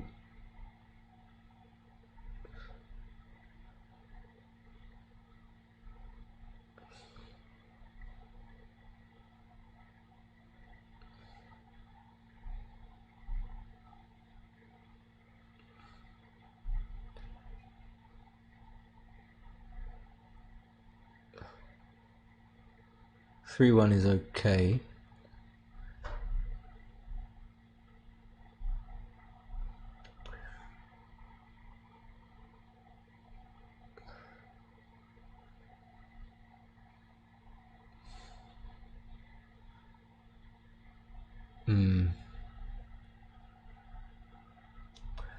Okay.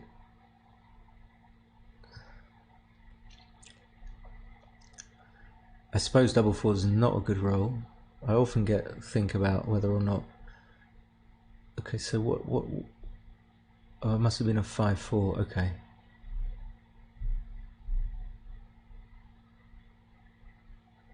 So he needs to make him play 4s and 3s by coming off.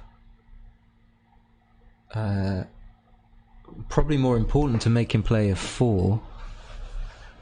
Actually, no, why am I saying that? So, yeah, he needed to come off the 23 or the 24.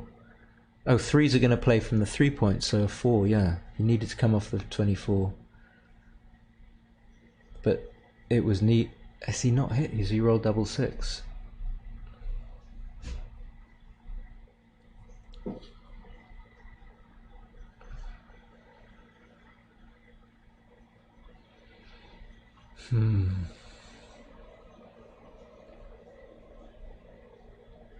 I think you have to stay back on the 24 now. Now that the chance of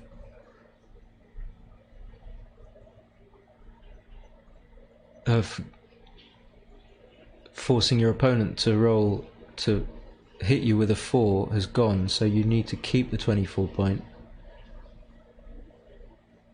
Yeah, nice, really nice. Yeah, really good play. I think. I could be wrong. I could be wrong.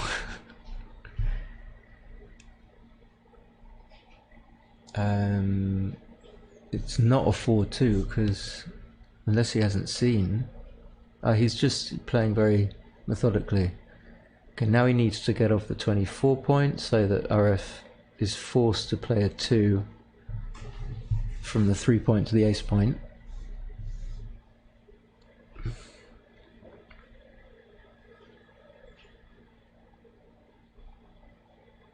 Okay, good.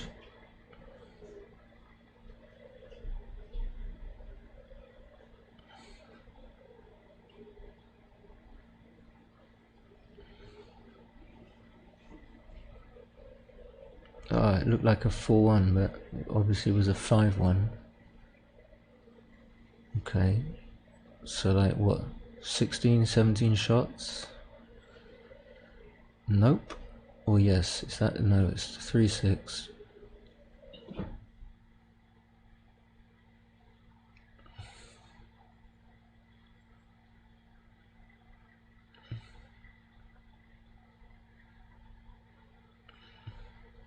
That's it. That's it, double 4. Just checking. That was very one-sided. Alright, so I'm going to be around for the next match. So I don't think Tim could have done anything really. I mean, after little match review, after taking, I think, the cube at 1-0 down, which was a big pass, I don't think he really, what he did could have had any impact. I think what they're talking about now is probably what he should have done with some of his plays in that game, and I think Aref is probably telling him that he played it correctly and there was nothing he could have done.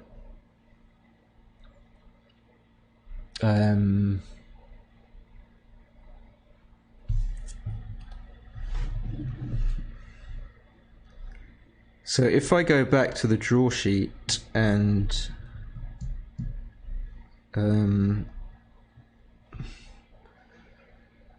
so let me just ask for an updated draw sheet from Andrew.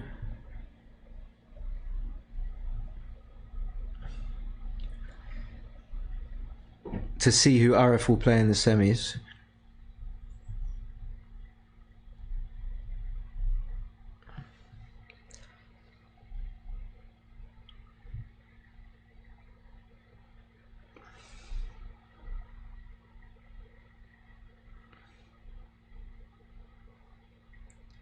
I can't work out whether that is Hazel next to Tim or whether that's...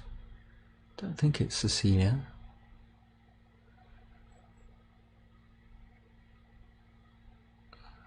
I think that must be Hazel.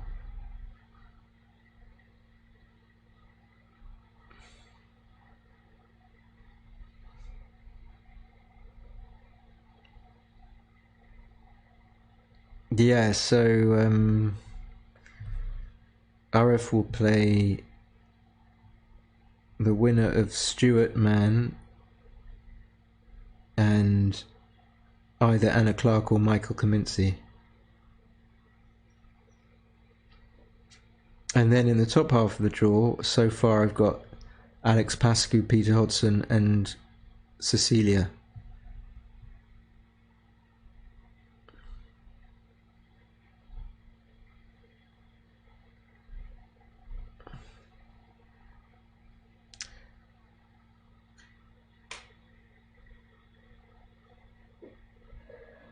Yeah, that was a little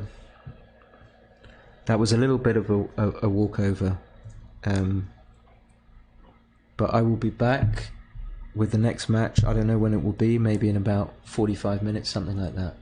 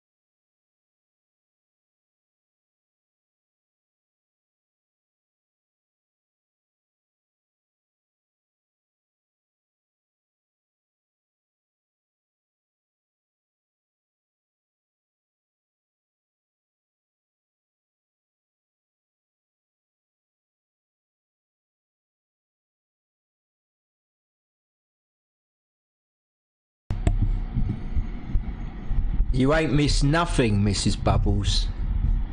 Look what we have here. We have Cecilia and we have Larry. So no more Aref on the stream. And so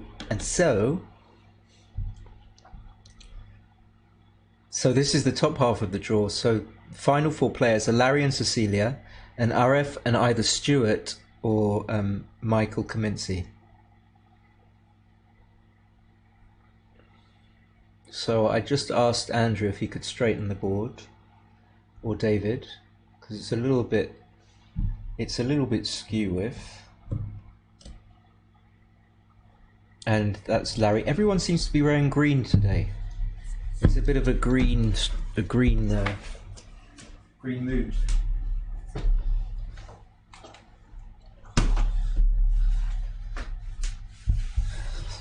Okay, that's perfect. Board straighten. Okay, this should be a great match.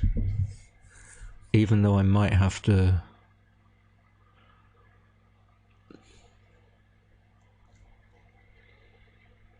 Okay, they've changed the board. I prefer this board. It looks much better, chunkier.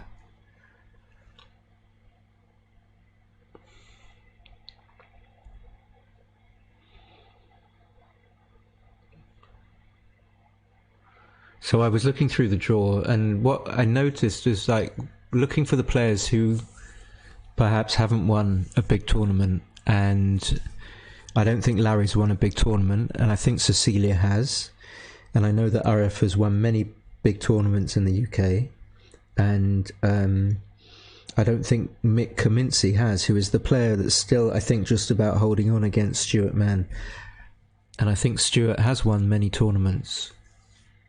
And if you haven't won a tournament, it's like a big, it's a much bigger deal, of course, for fear of stating the obvious. But you know, if Larry, it's Cecilia Sparke, Cecilia Sparke. So if Larry can win this match, he will be right chuffed.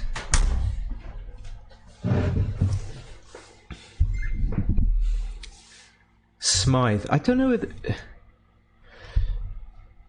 Is it Smyth with an E on the end? Cecilia Sparke is probably not the right name on many... Cecilia Rogers.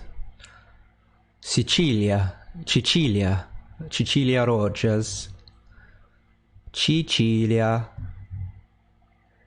She does. Tiberia thinks she deserves a final. I think she's won a final, so I think Larry deserves it more.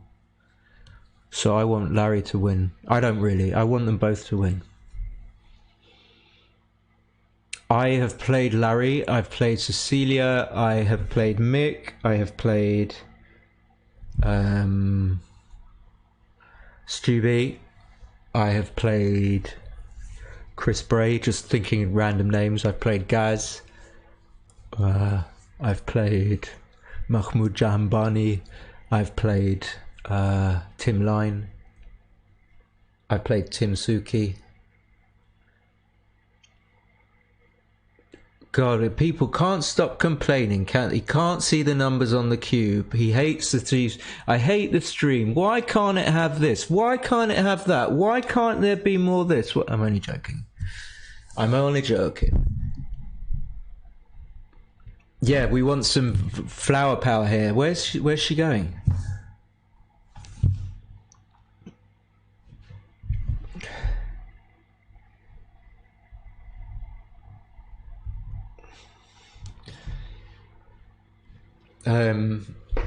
Why can't the commentator be 7 foot tall and have purple ears and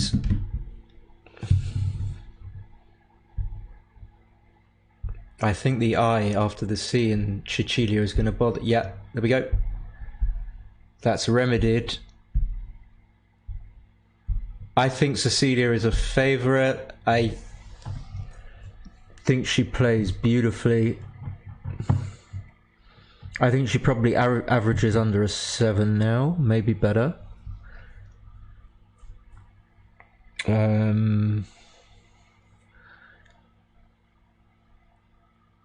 I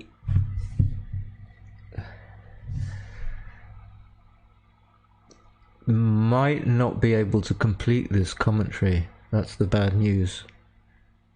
Thank you very much, Deveria. Very nice of you to say. Yeah. At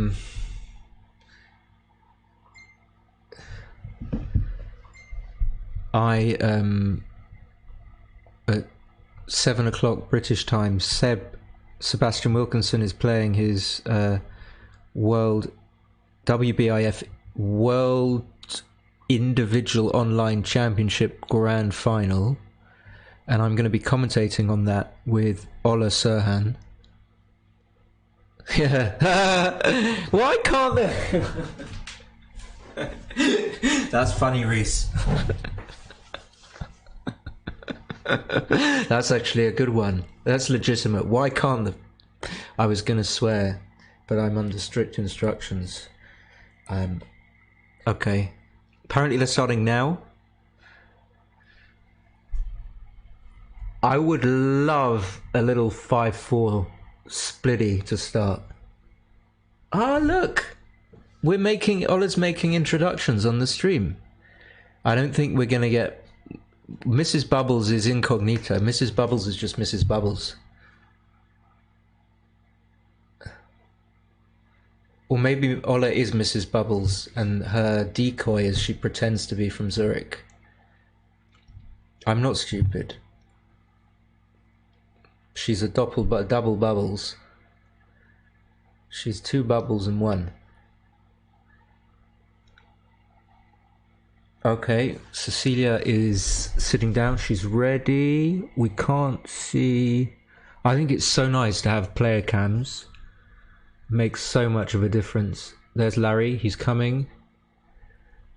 It's exciting to... Yay! Mrs. Bubbles is connecting with... It's exciting to have... Yeah, if I... to have to get through all this and play lots of matches is quite... It's lovely when you win all of them, but the energy you have to expend to kind of get through all of this and not know whether you're going to win makes it sort of, for me, I'm not a big fan of tournaments, really. To be quite honest. But when you're in this position, it's such a lovely position to be, especially if you enjoy playing backgammon. If you actually enjoy playing. Okay, we got some kind of visible dice. They're not playing with a clock, which is kind of a bit... Why are they not playing with a clock? I don't like the cube either mop up, to be honest. I was only joking. So 6-4. Okay, beautiful. So very nice speed already from Larry, confident. Even just the 5-5, I'm gonna 2-1. See how quickly Cecilia knows that she shouldn't be splitting. Brilliant, lovely. 2-1, and conversely, because Larry just rolled a 5-5 and he's up in the race, he should be splitting. So I think that they played beautifully so far. 6-5, 6-4. I was like, what are you doing with that checker? Okay. 1-1. Resist, I think, playing 8-7. It's not necessary, I don't think. Am I wrong? Maybe I'm wrong.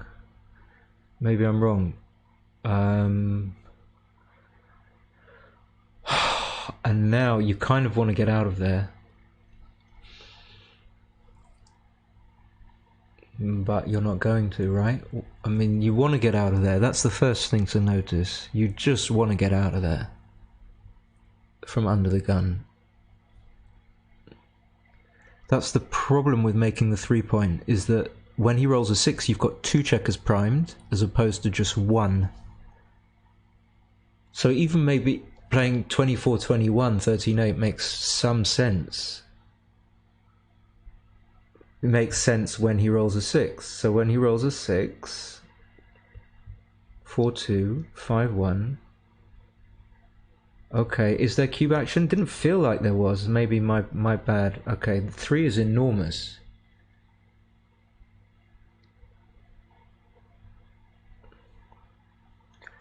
Mrs. Bubbles is finally... Okay, I have...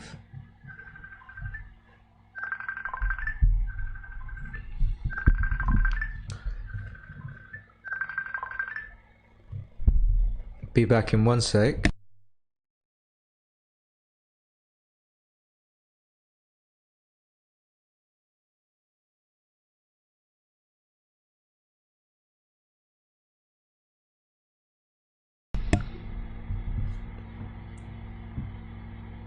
So Mrs. Bubbles is the ruling Swiss champion in team.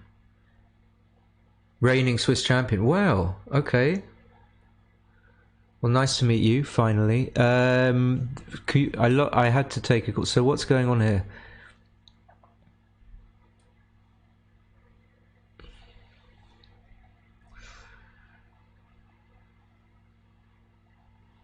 Ace Deuce is really bad. I think I would also play 3-1.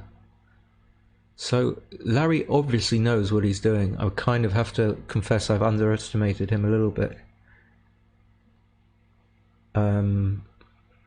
And this is reasonable to think about and could well even be a cube. I just want to see like how long Larry takes. So he's, I think... So there was almost a moment where I thought he was just going to make the decision, and then he kind of stopped himself, which is good. And just he's looking. It doesn't seem like he's thinking. He doesn't really. It seems like this is a harsh call, but it's like it doesn't. It seems like he doesn't really know how to think about the position. That could be wrong. That could be. And maybe just right about now he's kind of actually looking at the position and working out and seeing what's going on, but then he's just taking it without... Where's he putting it? That cube seems like it's gone over somewhere. So I would have taken, but I just didn't... It seemed like he didn't get to a sort of a coherent thought process there. I don't know, but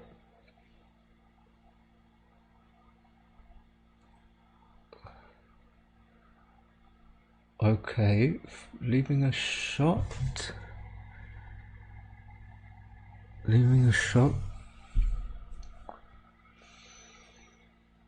Is that the right form? Maybe, I don't know.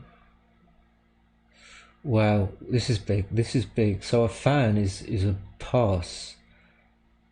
Maybe not. Maybe that's a bit too much, but it's a stop. Whoa. Of course, yeah, you see, this for me, not stopping there, is like the classic. It's the classic sort of trap and backgammon. And again, not stopping. I mean, not stopping in this, and this roll is nowhere near as indecent, but not stopping on the roll before which he rolled the 6-1.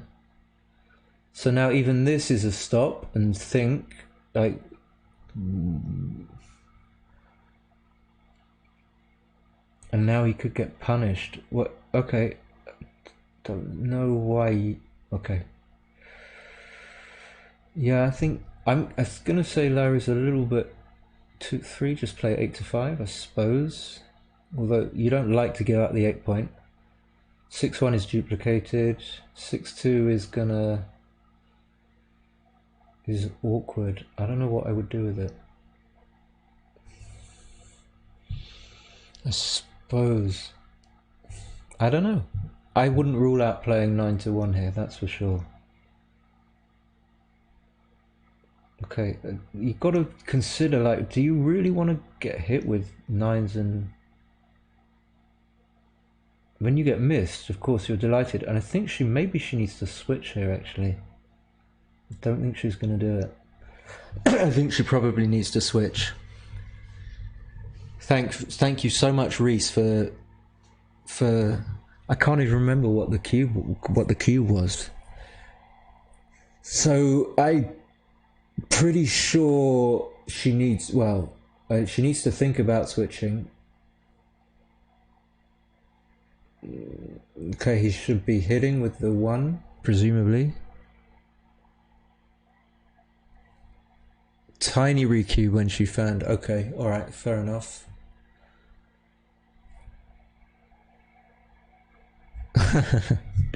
Bill says Cecilia carrying Chris in yet another tournament. Well, you know, Chris has had his good run. They're playing. Well, I've got to confess I'm a bit slow on the uptake. I don't know. I think I would have hit with the 4-1, Larry's 4-1, and then with the 3-6. I think I would have hit as well.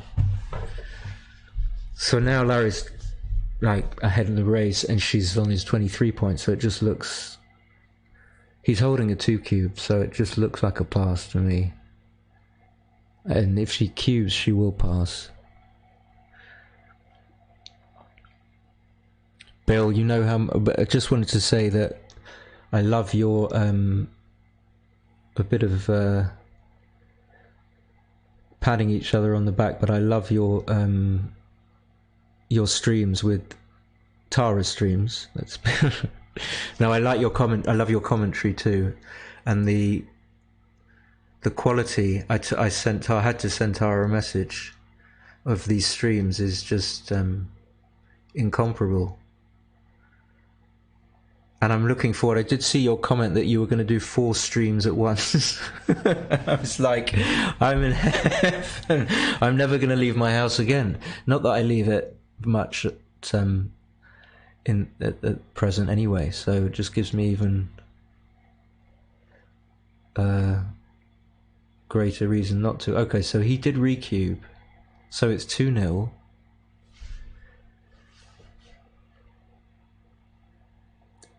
Wow, 5-5. I don't know why they're not using a clock. I mean, why? Anyone? Okay. So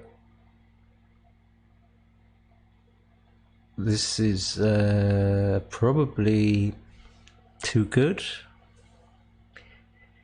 He won't take this. But still, just looking at Larry's face, this is why I love the player cams. I wouldn't be comfortable having my money resting on. I mean, it looks like he just doesn't know what's going on. We have another American in the Eric Peterson. I don't think I've met you formally, Eric, but thank you very much for watching. I hope I do as good a job as Bill. Yeah, so just what is he thinking? I would love to. I find it enthralling almost. Is that too strong? Just to look at his. He does pass. Okay. I mean, I thought he would pass, but I'd just be interested to know what thoughts he had about that position. I think it was too good though. Thank you, Eric. That's really kind of you. I think I know your face. Yeah, I think I've seen you, but not properly spoken to you. Yeah, no, but Reese, was that not... Reese is going to tell me, was that not too good? 2 in the air? Maybe I'm wrong. So 2-1, she's going to have to hit. Kind of don't want to really, but what can you do? 4-4. Okay. So even just the timing of that, the fourth one is clear to me as well, that you play 13-9. And so the fact that he doesn't do that quickly shows me that he's not like a super strong player. 5-4, I guess you hit, because if you don't, then he hits you with sixes and threes anyway. Yeah. And you have black, Eric, you have black kind of black frame glasses. And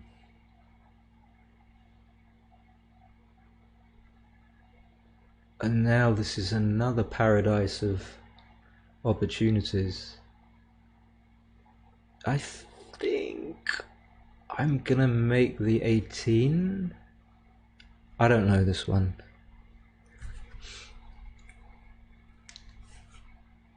Really difficult. Safetying, maybe, but I think if you're going to play a 3, the 3 is better, actually, definitely better to play 21-18 than 9-6. Ace 3 is just going to... Well, actually, I say just... I don't think this is... I think this is a little bit too optimistic, because you're leaving 5s and 3s on one side of the board, and then you're leaving 1s. And even though you've got an anchor, you don't really just want to be hit.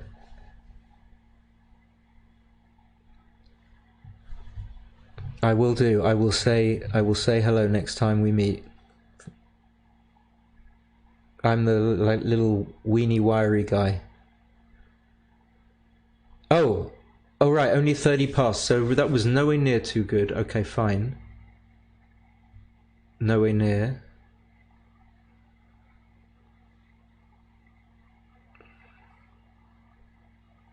That's way off from me. So 6-2.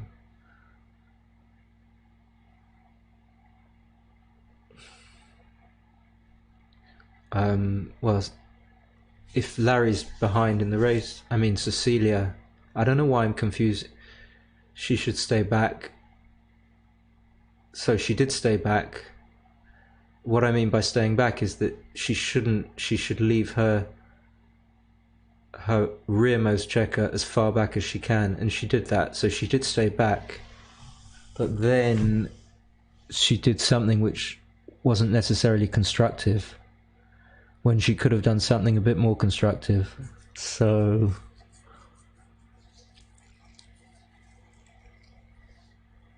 yeah, I would have played something other than what she did.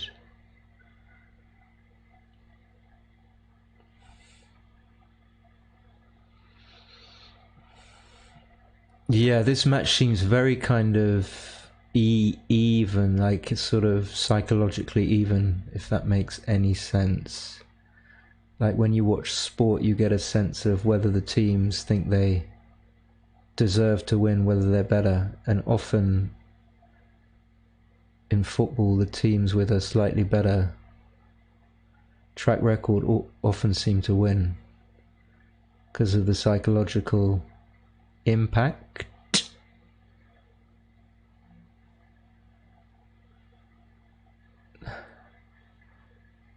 So she shouldn't come out there, I don't think. Although maybe there are other considerations. I would again think a little bit. That's not legal. He's not going to see it. I didn't think he would. That was definitely a 5-4, right? When someone isn't spotting illegal plays, then you gotta, yeah. What's one of the key things in backgammon is to be able to spot your opponent's illegal plays. I'm pretty sure that was a 5-4. And Simon Berry has joined us.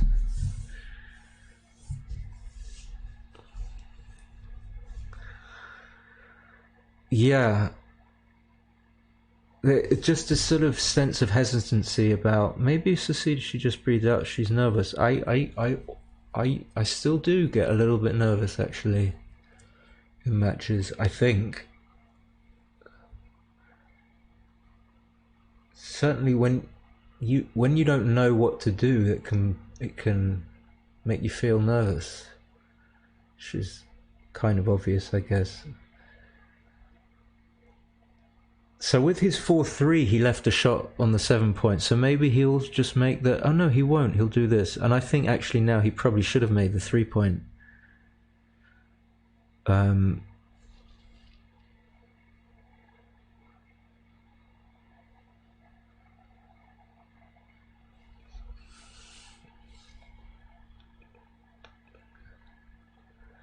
And even though they are hesitant, I have to say that I haven't been sure about any. Even this, I'm not. I mean, there's a detraction to this play, which is that you're way down in the race, and so even though you've got 6-6 and 4-4 blocked for the moment, you're going to have to break some of those anchors eventually.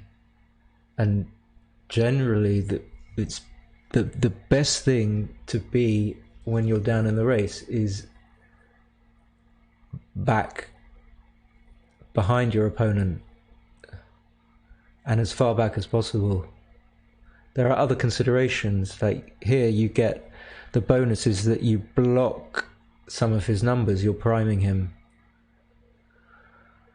But I mean, the first play that came out, I'm not sure if she's seen it or not, is just making the 5 and then coming out. But yeah, maybe you just stay back on the 15. Okay, I wouldn't... This... You're really difficult to explain why, assuming that this is wrong, why it is, but the 11 point is so important for blocking 4s and other stuff. And you don't give up too much by coming out with the checkers from the 20 point. Although you do want to stay back, if you can. Anyway, I'm going to stop. I lost. Every play seems really difficult. It seems really kind of... Even this, I don't think it was right to run, but it could be.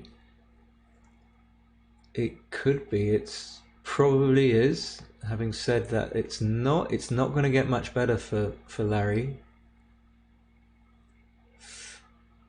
Sometimes when you get like decision after decision on the hoof, Simon says 8-3, 11-6. It is. I'm not sure if that's the right play. Okay, so he doesn't pay. Generally, I like it when people don't pay now. I think it's a much better option just to pay later. Often people that first take up backgammon, they just think they can run for it and don't realise that it never works. But I think you had to play 18-8 there. I don't know what other people think. And now, like, how much later can you pay? I mean, it's, of course, everyone sees it's ridiculous to play 6-2 to 6-1, even though it is a kind of pay later, despite the fact that it leaves a shot on the 6 point. It is still a kind of a pay later play. And now, if he does that, then yeah, I mean, I would almost certainly have cubed, but I would have thought about it, and Cecilia didn't really think. And now she's probably going to cube when it's too good. I think, just judging by her demeanour, she might suddenly think, oh, yeah, it's too good. She looks, yeah, okay, she has. Okay, so she'll come to the 8 point to give herself a 6 to hit. Yes, a certain amount of hesitancy. I have to...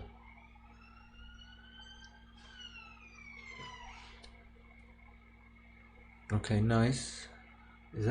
Was that enough? Enough 5s?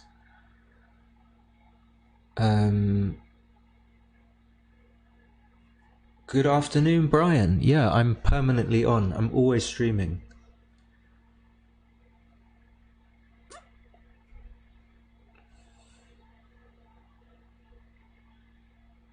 So, yeah, she I'm gonna say almost certainly missed a cube, which would have been an easy take, I think, but still.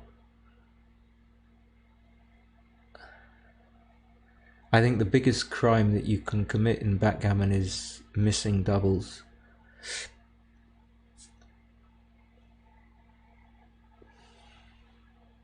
I don't know why that is. There is a reason, but I can't quite formulate it. And I still don't know why they're not playing with the clock. A little bit of frustration there with Larry, but I mean, he's only going to be losing a gammon on a one cube, so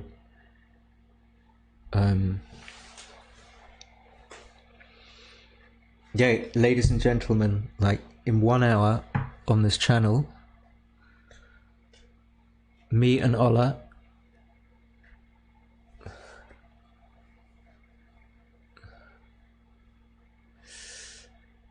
okay, that's it. He gives in. So many interesting plays, and I just didn't. She underscored? No, she hasn't.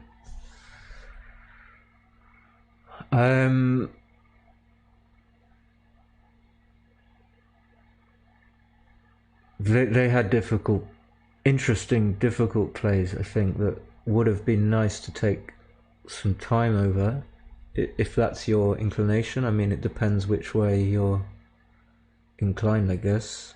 Some people just don't do that 6-1. It's such a beautiful thing when you can point on the 6-1 on the guy's head. On the 7 point, you make a clean block. You know you're not going to get hit back. The 1-6 is equally well played. 4-6, he can either come out or come down.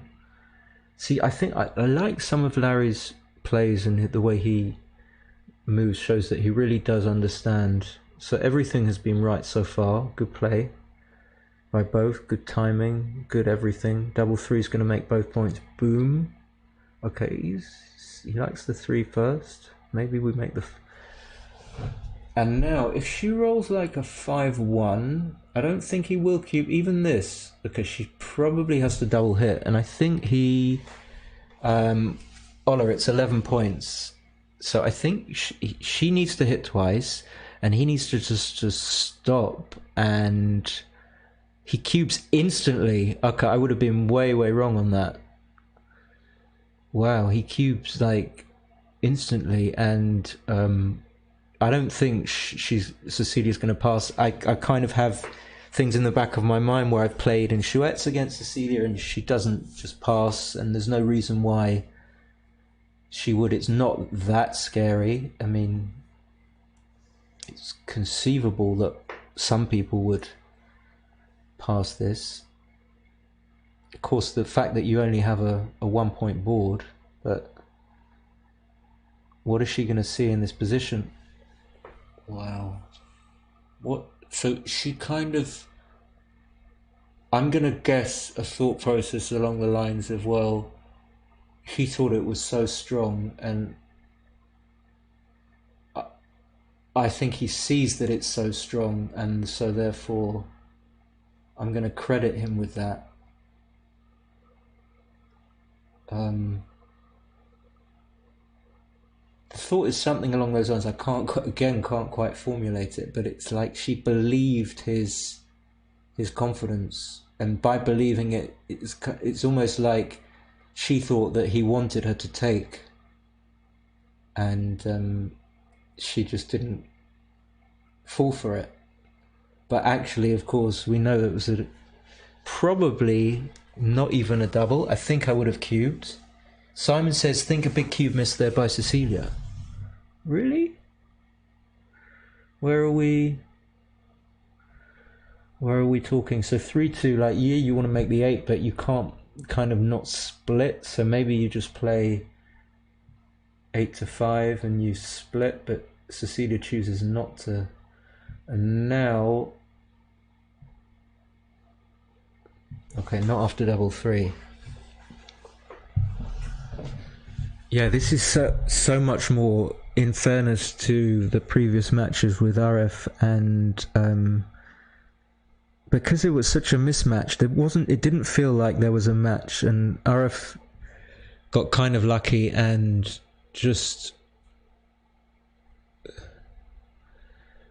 his opponents had no chance. This feels like Very close.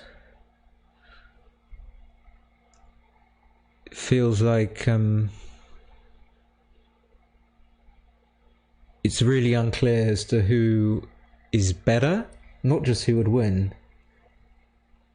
Ah, on the previous game, right, she missed a big cube, yeah. Okay, so now we're going to make the 3 point. Yep, not slot. I think if Larry rolls a 1, he's not going to hit the blot on the 17. And now, could you consider playing 6 to 3, keeping the 10 point? That's the problem with relinquishing the 10 point, is you don't want to. So,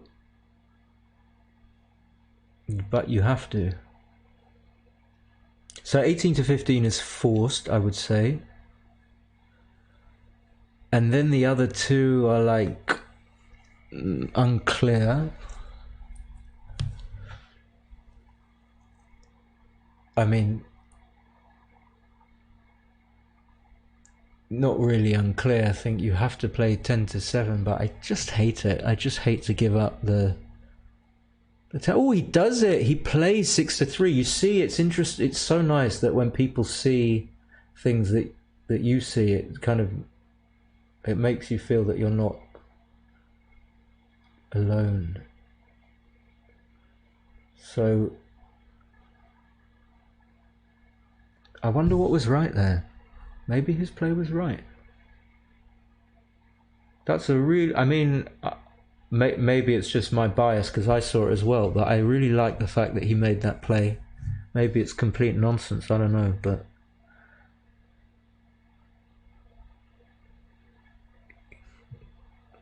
now I've acquired a preference now.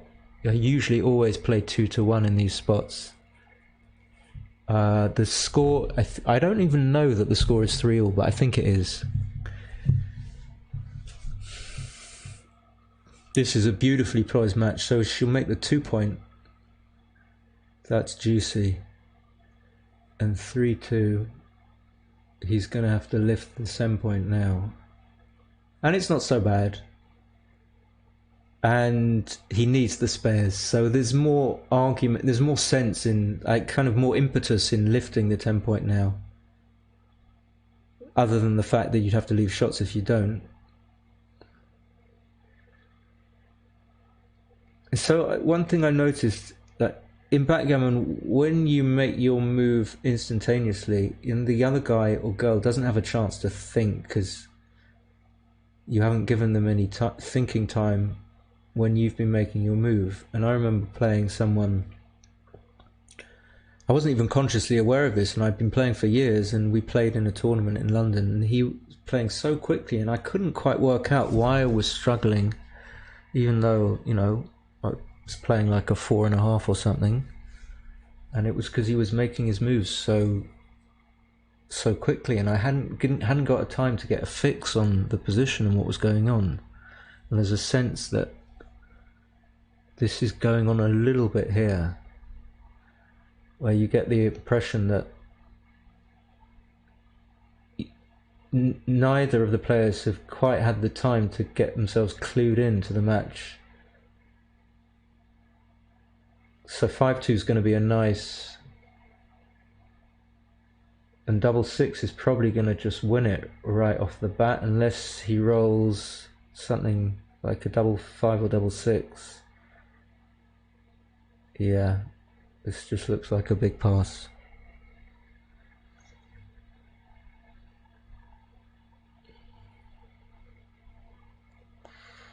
She is going to count it though. 65, 26, 69. She's only 4 pips up, but it's still a big it's still a big double, right? It's not a pass. Could be a pass, I don't know. Have I miscounted? 25, 31, 41, 59. She's 65, 19, 45, 55, 61. No, it's only 4 pips. That's really strange. But it's a really bad 4 pips. It's a really strong double, I would say. I think this is a pass for money. And a pass at this score.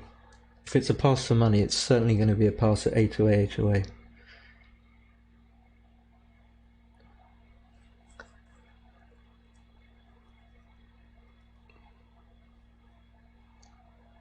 Yeah, so from, I don't know, from entertainment value, and people should stream the matches in tournaments of not always the players that play super solid and super well. It's just much more interesting when you have an uncertainty where players don't immediately know exactly what's going on. I think this is a pass. Interestingly, when Larry takes, he just puts the cube somewhere out of shot. It just looks like a pass, this position. It's like you don't need to count it. Okay, it doesn't look so much like a pass now. Okay, yeah, it still doesn't. Okay, so maybe it was. I don't know, what was going on there? Simon thinks the gap on the 4 point makes you think very hard about taking. Okay,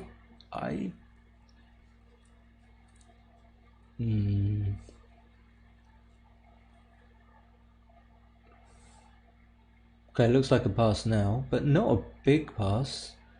It looks like a looks like a take. Well, maybe not even now. Even now, after the 4-1, it looks like a pass. So he just takes one off from the 5 point. I think my commentary style is just kind of mumble. I just sort of mumble. Double 3. Okay. I think that was a pass. I can't remember the position, but otherwise I would check it on XG Mobile. Yeah, you can see this is like really, I mean, it's sort of taking its toll on. It's a real tussle. I mean, am I reading something into something that's not there? It just probably. Okay. Nice. So the score should be 5-3. The scoreboard is a little bit out of shot, but it's fine. Larry opens with a 4-1. He splits. 6-5 is going to simplify the game. 6-3 is going to make the... David, thank you very much. That's really kind of you. 6-3 is going to make the point. 4-3 is going to have to keep the sort of sanctity of the one block back, so you don't offer another one to be hit. So I agree with 13-6. And now I think with that 5-2 you play 23-18, 13-11. 3-1. Okay, so everything makes sense pretty much so far. Now he needs to escape the stack on the... My hand would go immediately to the checker on the 21 point here, not to the one on the 24. I think that's the key move. The first move you need to make is 21-16 to get your checker off the point where your opponent most wants to hit you. And that, particularly in this instance, has worked really well. And now she's going to have an awkward 2, and she's probably... Now that the race isn't so much in her favour, she doesn't have to protect any race lead. So you're definitely not going to break your 8 point. I don't think her hand was hovering over the checker on the 8 point. I think she was about to... Yeah. And then if the race isn't that close anymore, it's probably very reasonable to consider anything but 8-6. So I don't think, therefore, in a roundabout way, I don't think 8-6 was right. Well, if you're going to roll double 3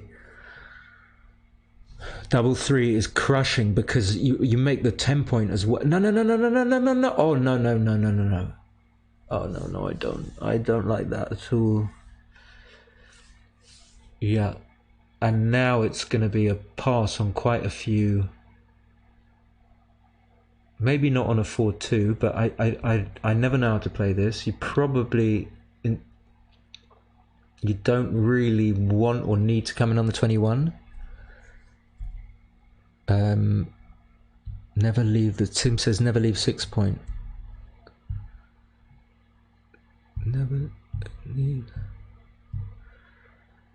And she should... Maybe it wasn't as strong as I thought, but it's definitely worth thinking. And I think cubing is...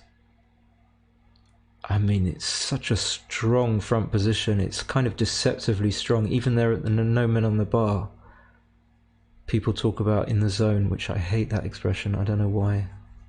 Maybe just because it's so common. So I think I would probably double. And now 3-1's not a good roll, but you have to hit. You kind of don't really want to hit not having cubes, because you want to make it such that you're more certain to have a position next go. I think is the idea, but maybe that idea is bogus. But it's an idea that I have in my mind. But the fact that he's now got a checker on the 9 point that's loose, and that if you leave him alone, then you'll allow him to make points in board, militates. Yeah, no. Anyway, blah blah blah blah. I could just say blah blah blah. 5-3 is really bad. He's gonna have to hit on the ace. Similar idea. No. And she's not gonna cube, and she should. She still should cube, I think. I mean, maybe it's a small no double. She's 5-3 up. I don't know. I would cube even against someone not so strong. I don't want to roll like a 3-1 and point on his head and not have cubed, not have the cube on his side. I don't want to roll a 6-5 even, which will get to safety. Okay, so she does cube. I think cubing makes sense. He might pass. I mean, she passed the cube go before. Okay, so he doesn't pass. That was is this right? Maybe. Is that necessarily right? Probably, maybe.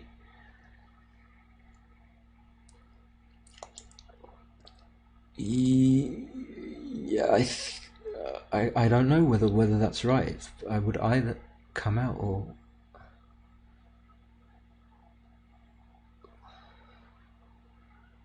Okay, but major turnaround. Major turnaround. Wow, and the 4-3 and the fan. Okay, he does stop and think. It's kind of like a 55-45 in his favor, something like that. Wow, what a turnaround. I mean, if he recubes, then he's insane.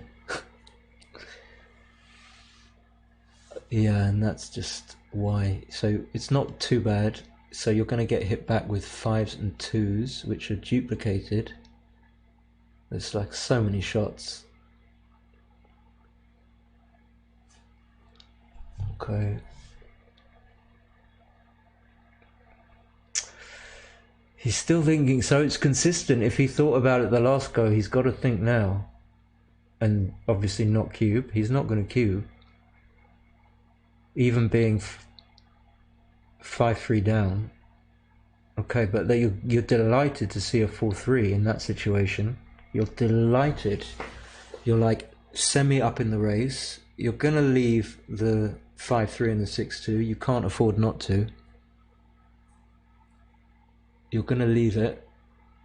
And then you're not going to have a recube on any sequence here. Oh, that's just so that's painful. That's so painful when, like, he didn't do anything wrong. That's so hard to... Wow. So huge turnaround. Like, 62, so it looks like he has to run anyway, even if he's behind a bit. 103 versus 68, 83, 92, 101. So he's 2 bits behind. He's got to run. Which is kind of depressing when you like run when you're behind. It's like, I'm in such a bad spot that I have to run. In a way, you'd prefer to be in a worse spot, and so that you don't have to run. You just stay there.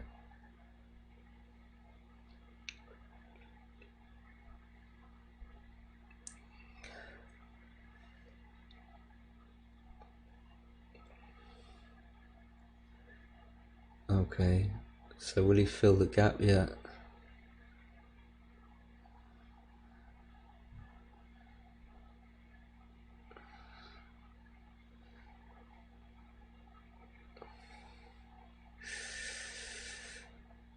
Like even after double 5, he has, like, when you're holding the cue, miracles can happen. I mean, he's not dead. He's got like maybe 12. I don't know, 12, maybe more. She's got a gap on the 4 point. Okay, I don't know why she would have done that with the 4.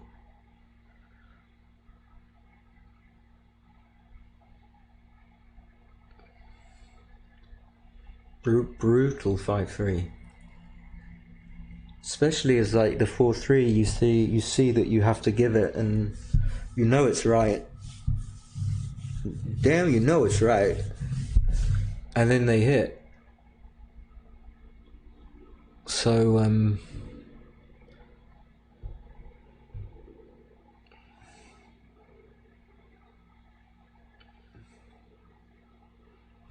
just casting my mind back to the cube that Larry cubed with after Cecilia rolled a 4-3 and hit twice, playing 8-5 and 5-1, leaving a checker on the ace point, and Larry cubed having 2 men in the air, and she passed. That was interesting.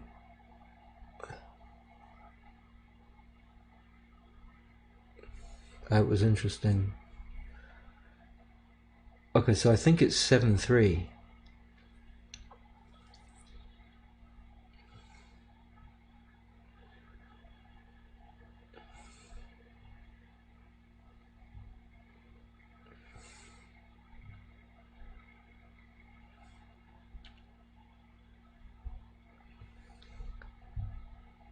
I am loving this match, honestly. I mean, usually I find backgammon just boring. I mean, backgammon is boring. But this match...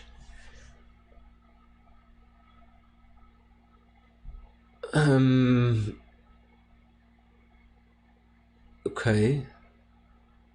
Can you make the 20 point here? Can we extend to the 20 point?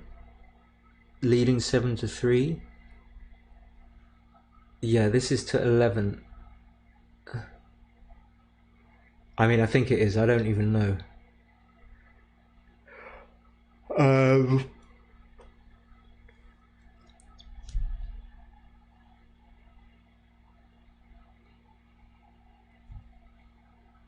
Yeah, 7-3. Like 95% that it's to 11. So the 5-1, I was about to say something. 4-3, again, I don't know, I didn't see what Larry did, and you have to play 2 down. You don't love to do this. You don't love to clear the mid, but, you know, 6-2 is like, it's almost like the 5-3. It's not nowhere near as brutal, but it changes the game. So with the 6-1, she should just, yeah, there we go. The little dink onto the good styly. And then, yeah, this is the thing with Larry. You see, you kind of, you're not sure that he wouldn't cube something like this, and I don't think you can excuse cubing here, even when you're 7-3 down. I don't understand. I mean, I understand what I can kind of see what he's like. And then how do you play this? And the fact that you have to break your 10, it's just, yeah, it's nasty. So if you hadn't cubed and you just rolled a 3-4, you'd be just playing normally, I think. And you'd be happy about it. But now you've cubed, you kind of have this instinct, rightly so, to play big. Because now you've cubed, you've lost the possibility of ever being able to win the game by turning the cube, unless you get recubed and then you recube, which I don't think is going to happen because Cecilia's leading 7-3. So you kind of got out of this anyway. And even here, you don't want to leave shots, and it just shows you how far away you are from winning the game. I don't see.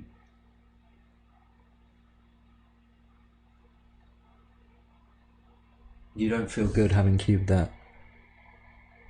Although Simon says at this score you have to think about the cube. Simon, I thought we talked about that in our lessons. Well, I'm gonna bet that that's not a cube. I'll have a 5 with you, Simon. I mean, I don't know. It doesn't seem to hold up well to the one game rollout. It just doesn't seem good. Like, even after this double 3, which is a good roll, you don't want to leave a shot. And you don't not want to leave a shot because you want to make the 5 point. And the fact that you've got these horrible... oh, what? How many is that? Is that too many?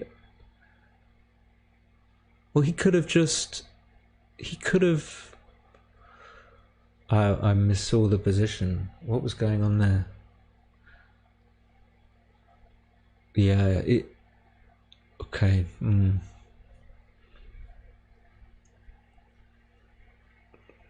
Okay, I like the split.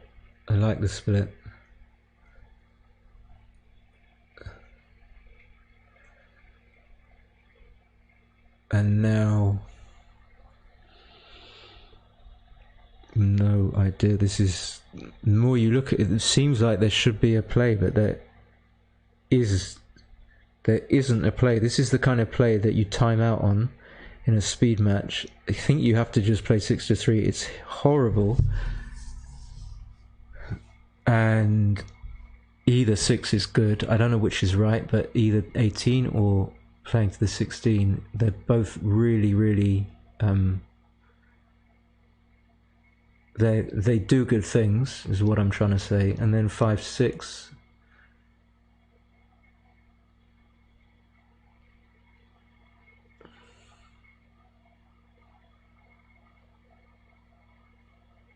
Yeah, of course. Fluently played.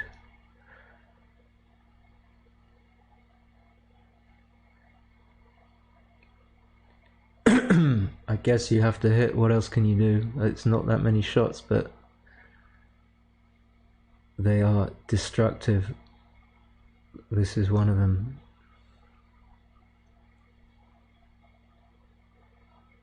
I just is he going to play 6-3? I don't think you need to do that. But maybe it's okay. Maybe it's right. Okay, so if you're going to get hit yourself, I guess you're going to hit him first. Okay. He's not going to miss this.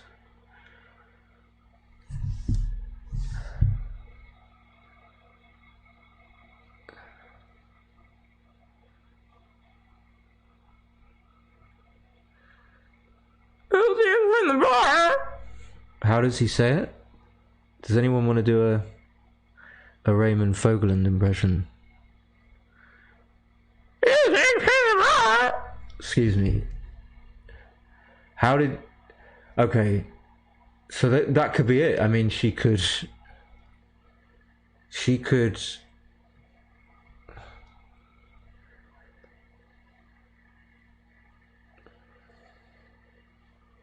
I lost. I don't know what I was thinking about. I was thinking about. My mind was I think I was thinking about eating biscuits just before she rolled the 2-6. So I was like completely lost, and it's just how did it get? How did it get to this?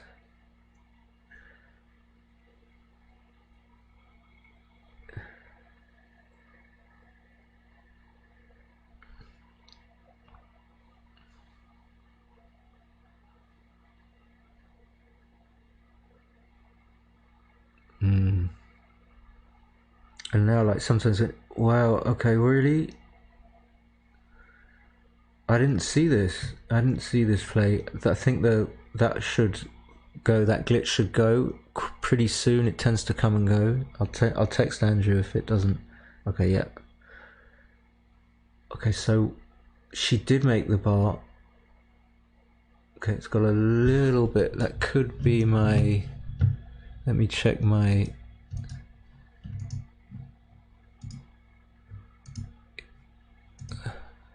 Deferred to 240. Okay, here we go. Yeah, with a double 2, it didn't even cross my mind not to hit, but that doesn't mean much. I think.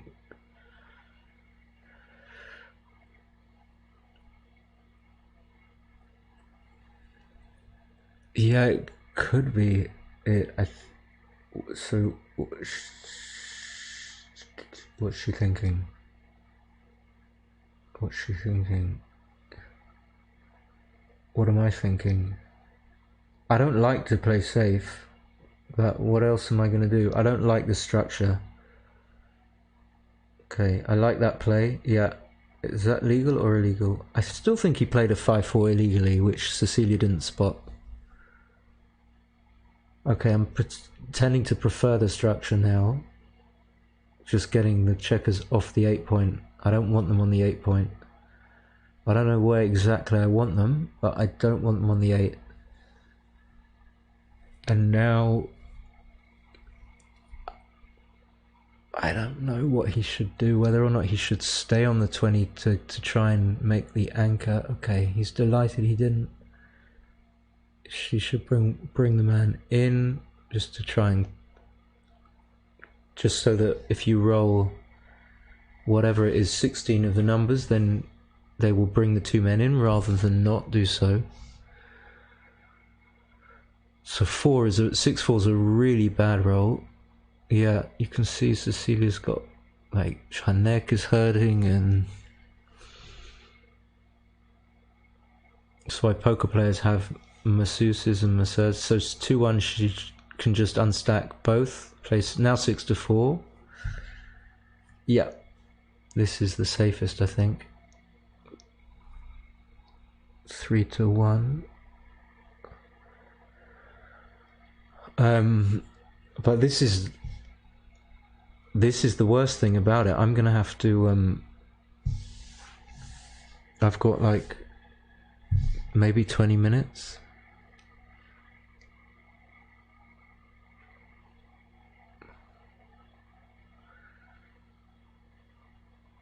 Oh my god! Again? Yeah, of course. Yeah, think about recubing, and I was even thinking about whether or not. Well, there's no shot now, but it doesn't always mean that it's not necessarily not a recube, but it's highly indicative that it's not. But still, yeah. I mean, if she was to keep, yeah, she does recube.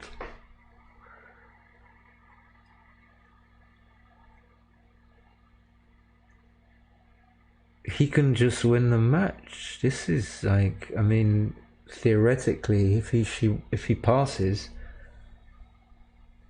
he is 8 away, 2 away, and that's got to be like in the region of 10%. So he only needs 10%. Maybe 8 away, 2 away is a bit more than 10%, and he's going to take. Why do we do this to ourselves? I don't think.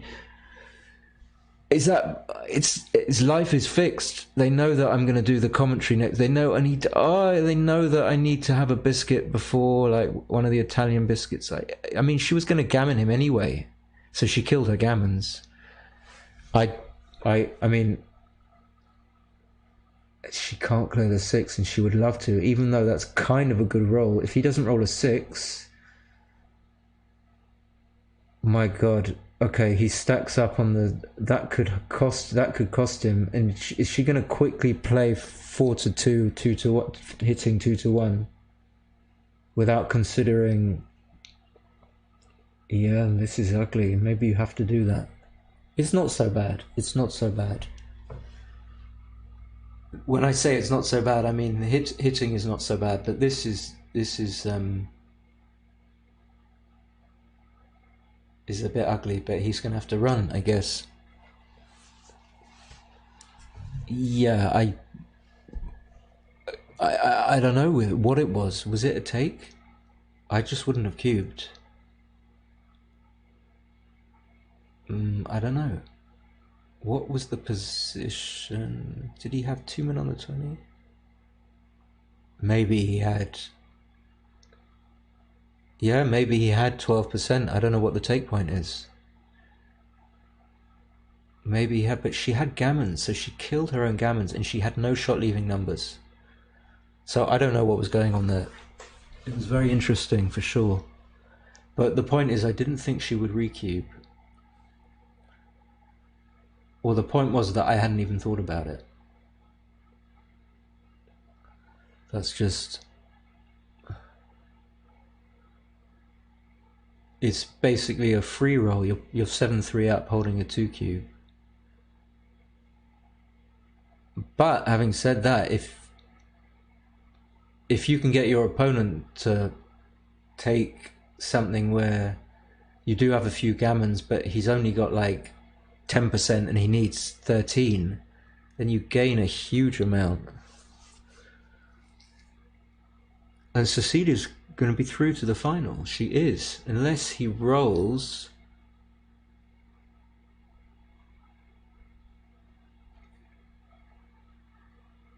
That's it. Sounds right, 15%. Like, maybe he had it. I don't know. Did he? But just sometimes it reminds me of...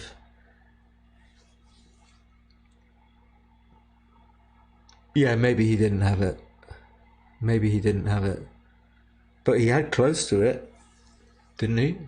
I mean, close. Maybe saying 9% is close is a bit of a stretch. But, wow.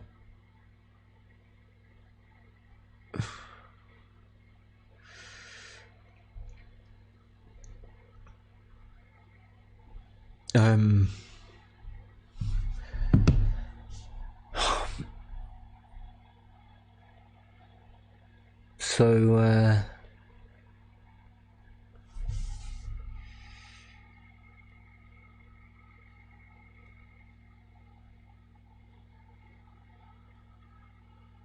that's it. The fun is over.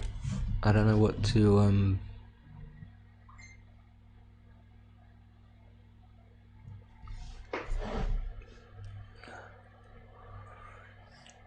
let me just try and let's have a look at this recube here.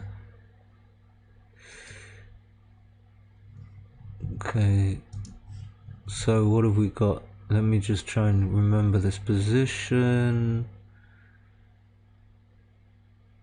5, 9, 12, 14, 15. Okay. How did it exactly? How did it get to this? Okay, let me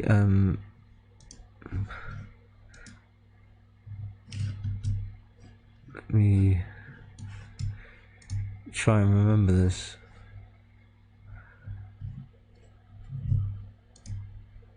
If I set up position, 1 second.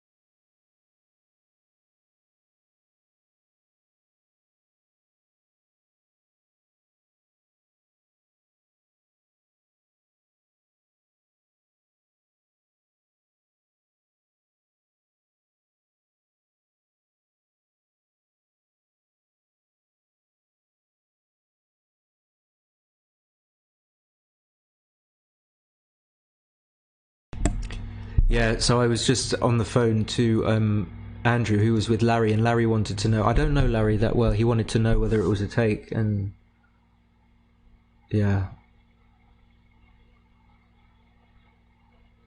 the take point is 12%.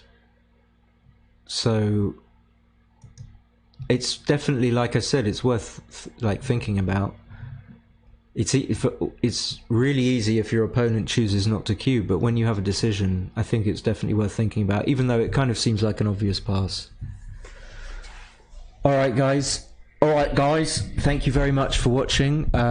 Maybe you'll join me for the Seb Burkamp Bilgi match. I'll be with Ola, and yeah, what a match that was.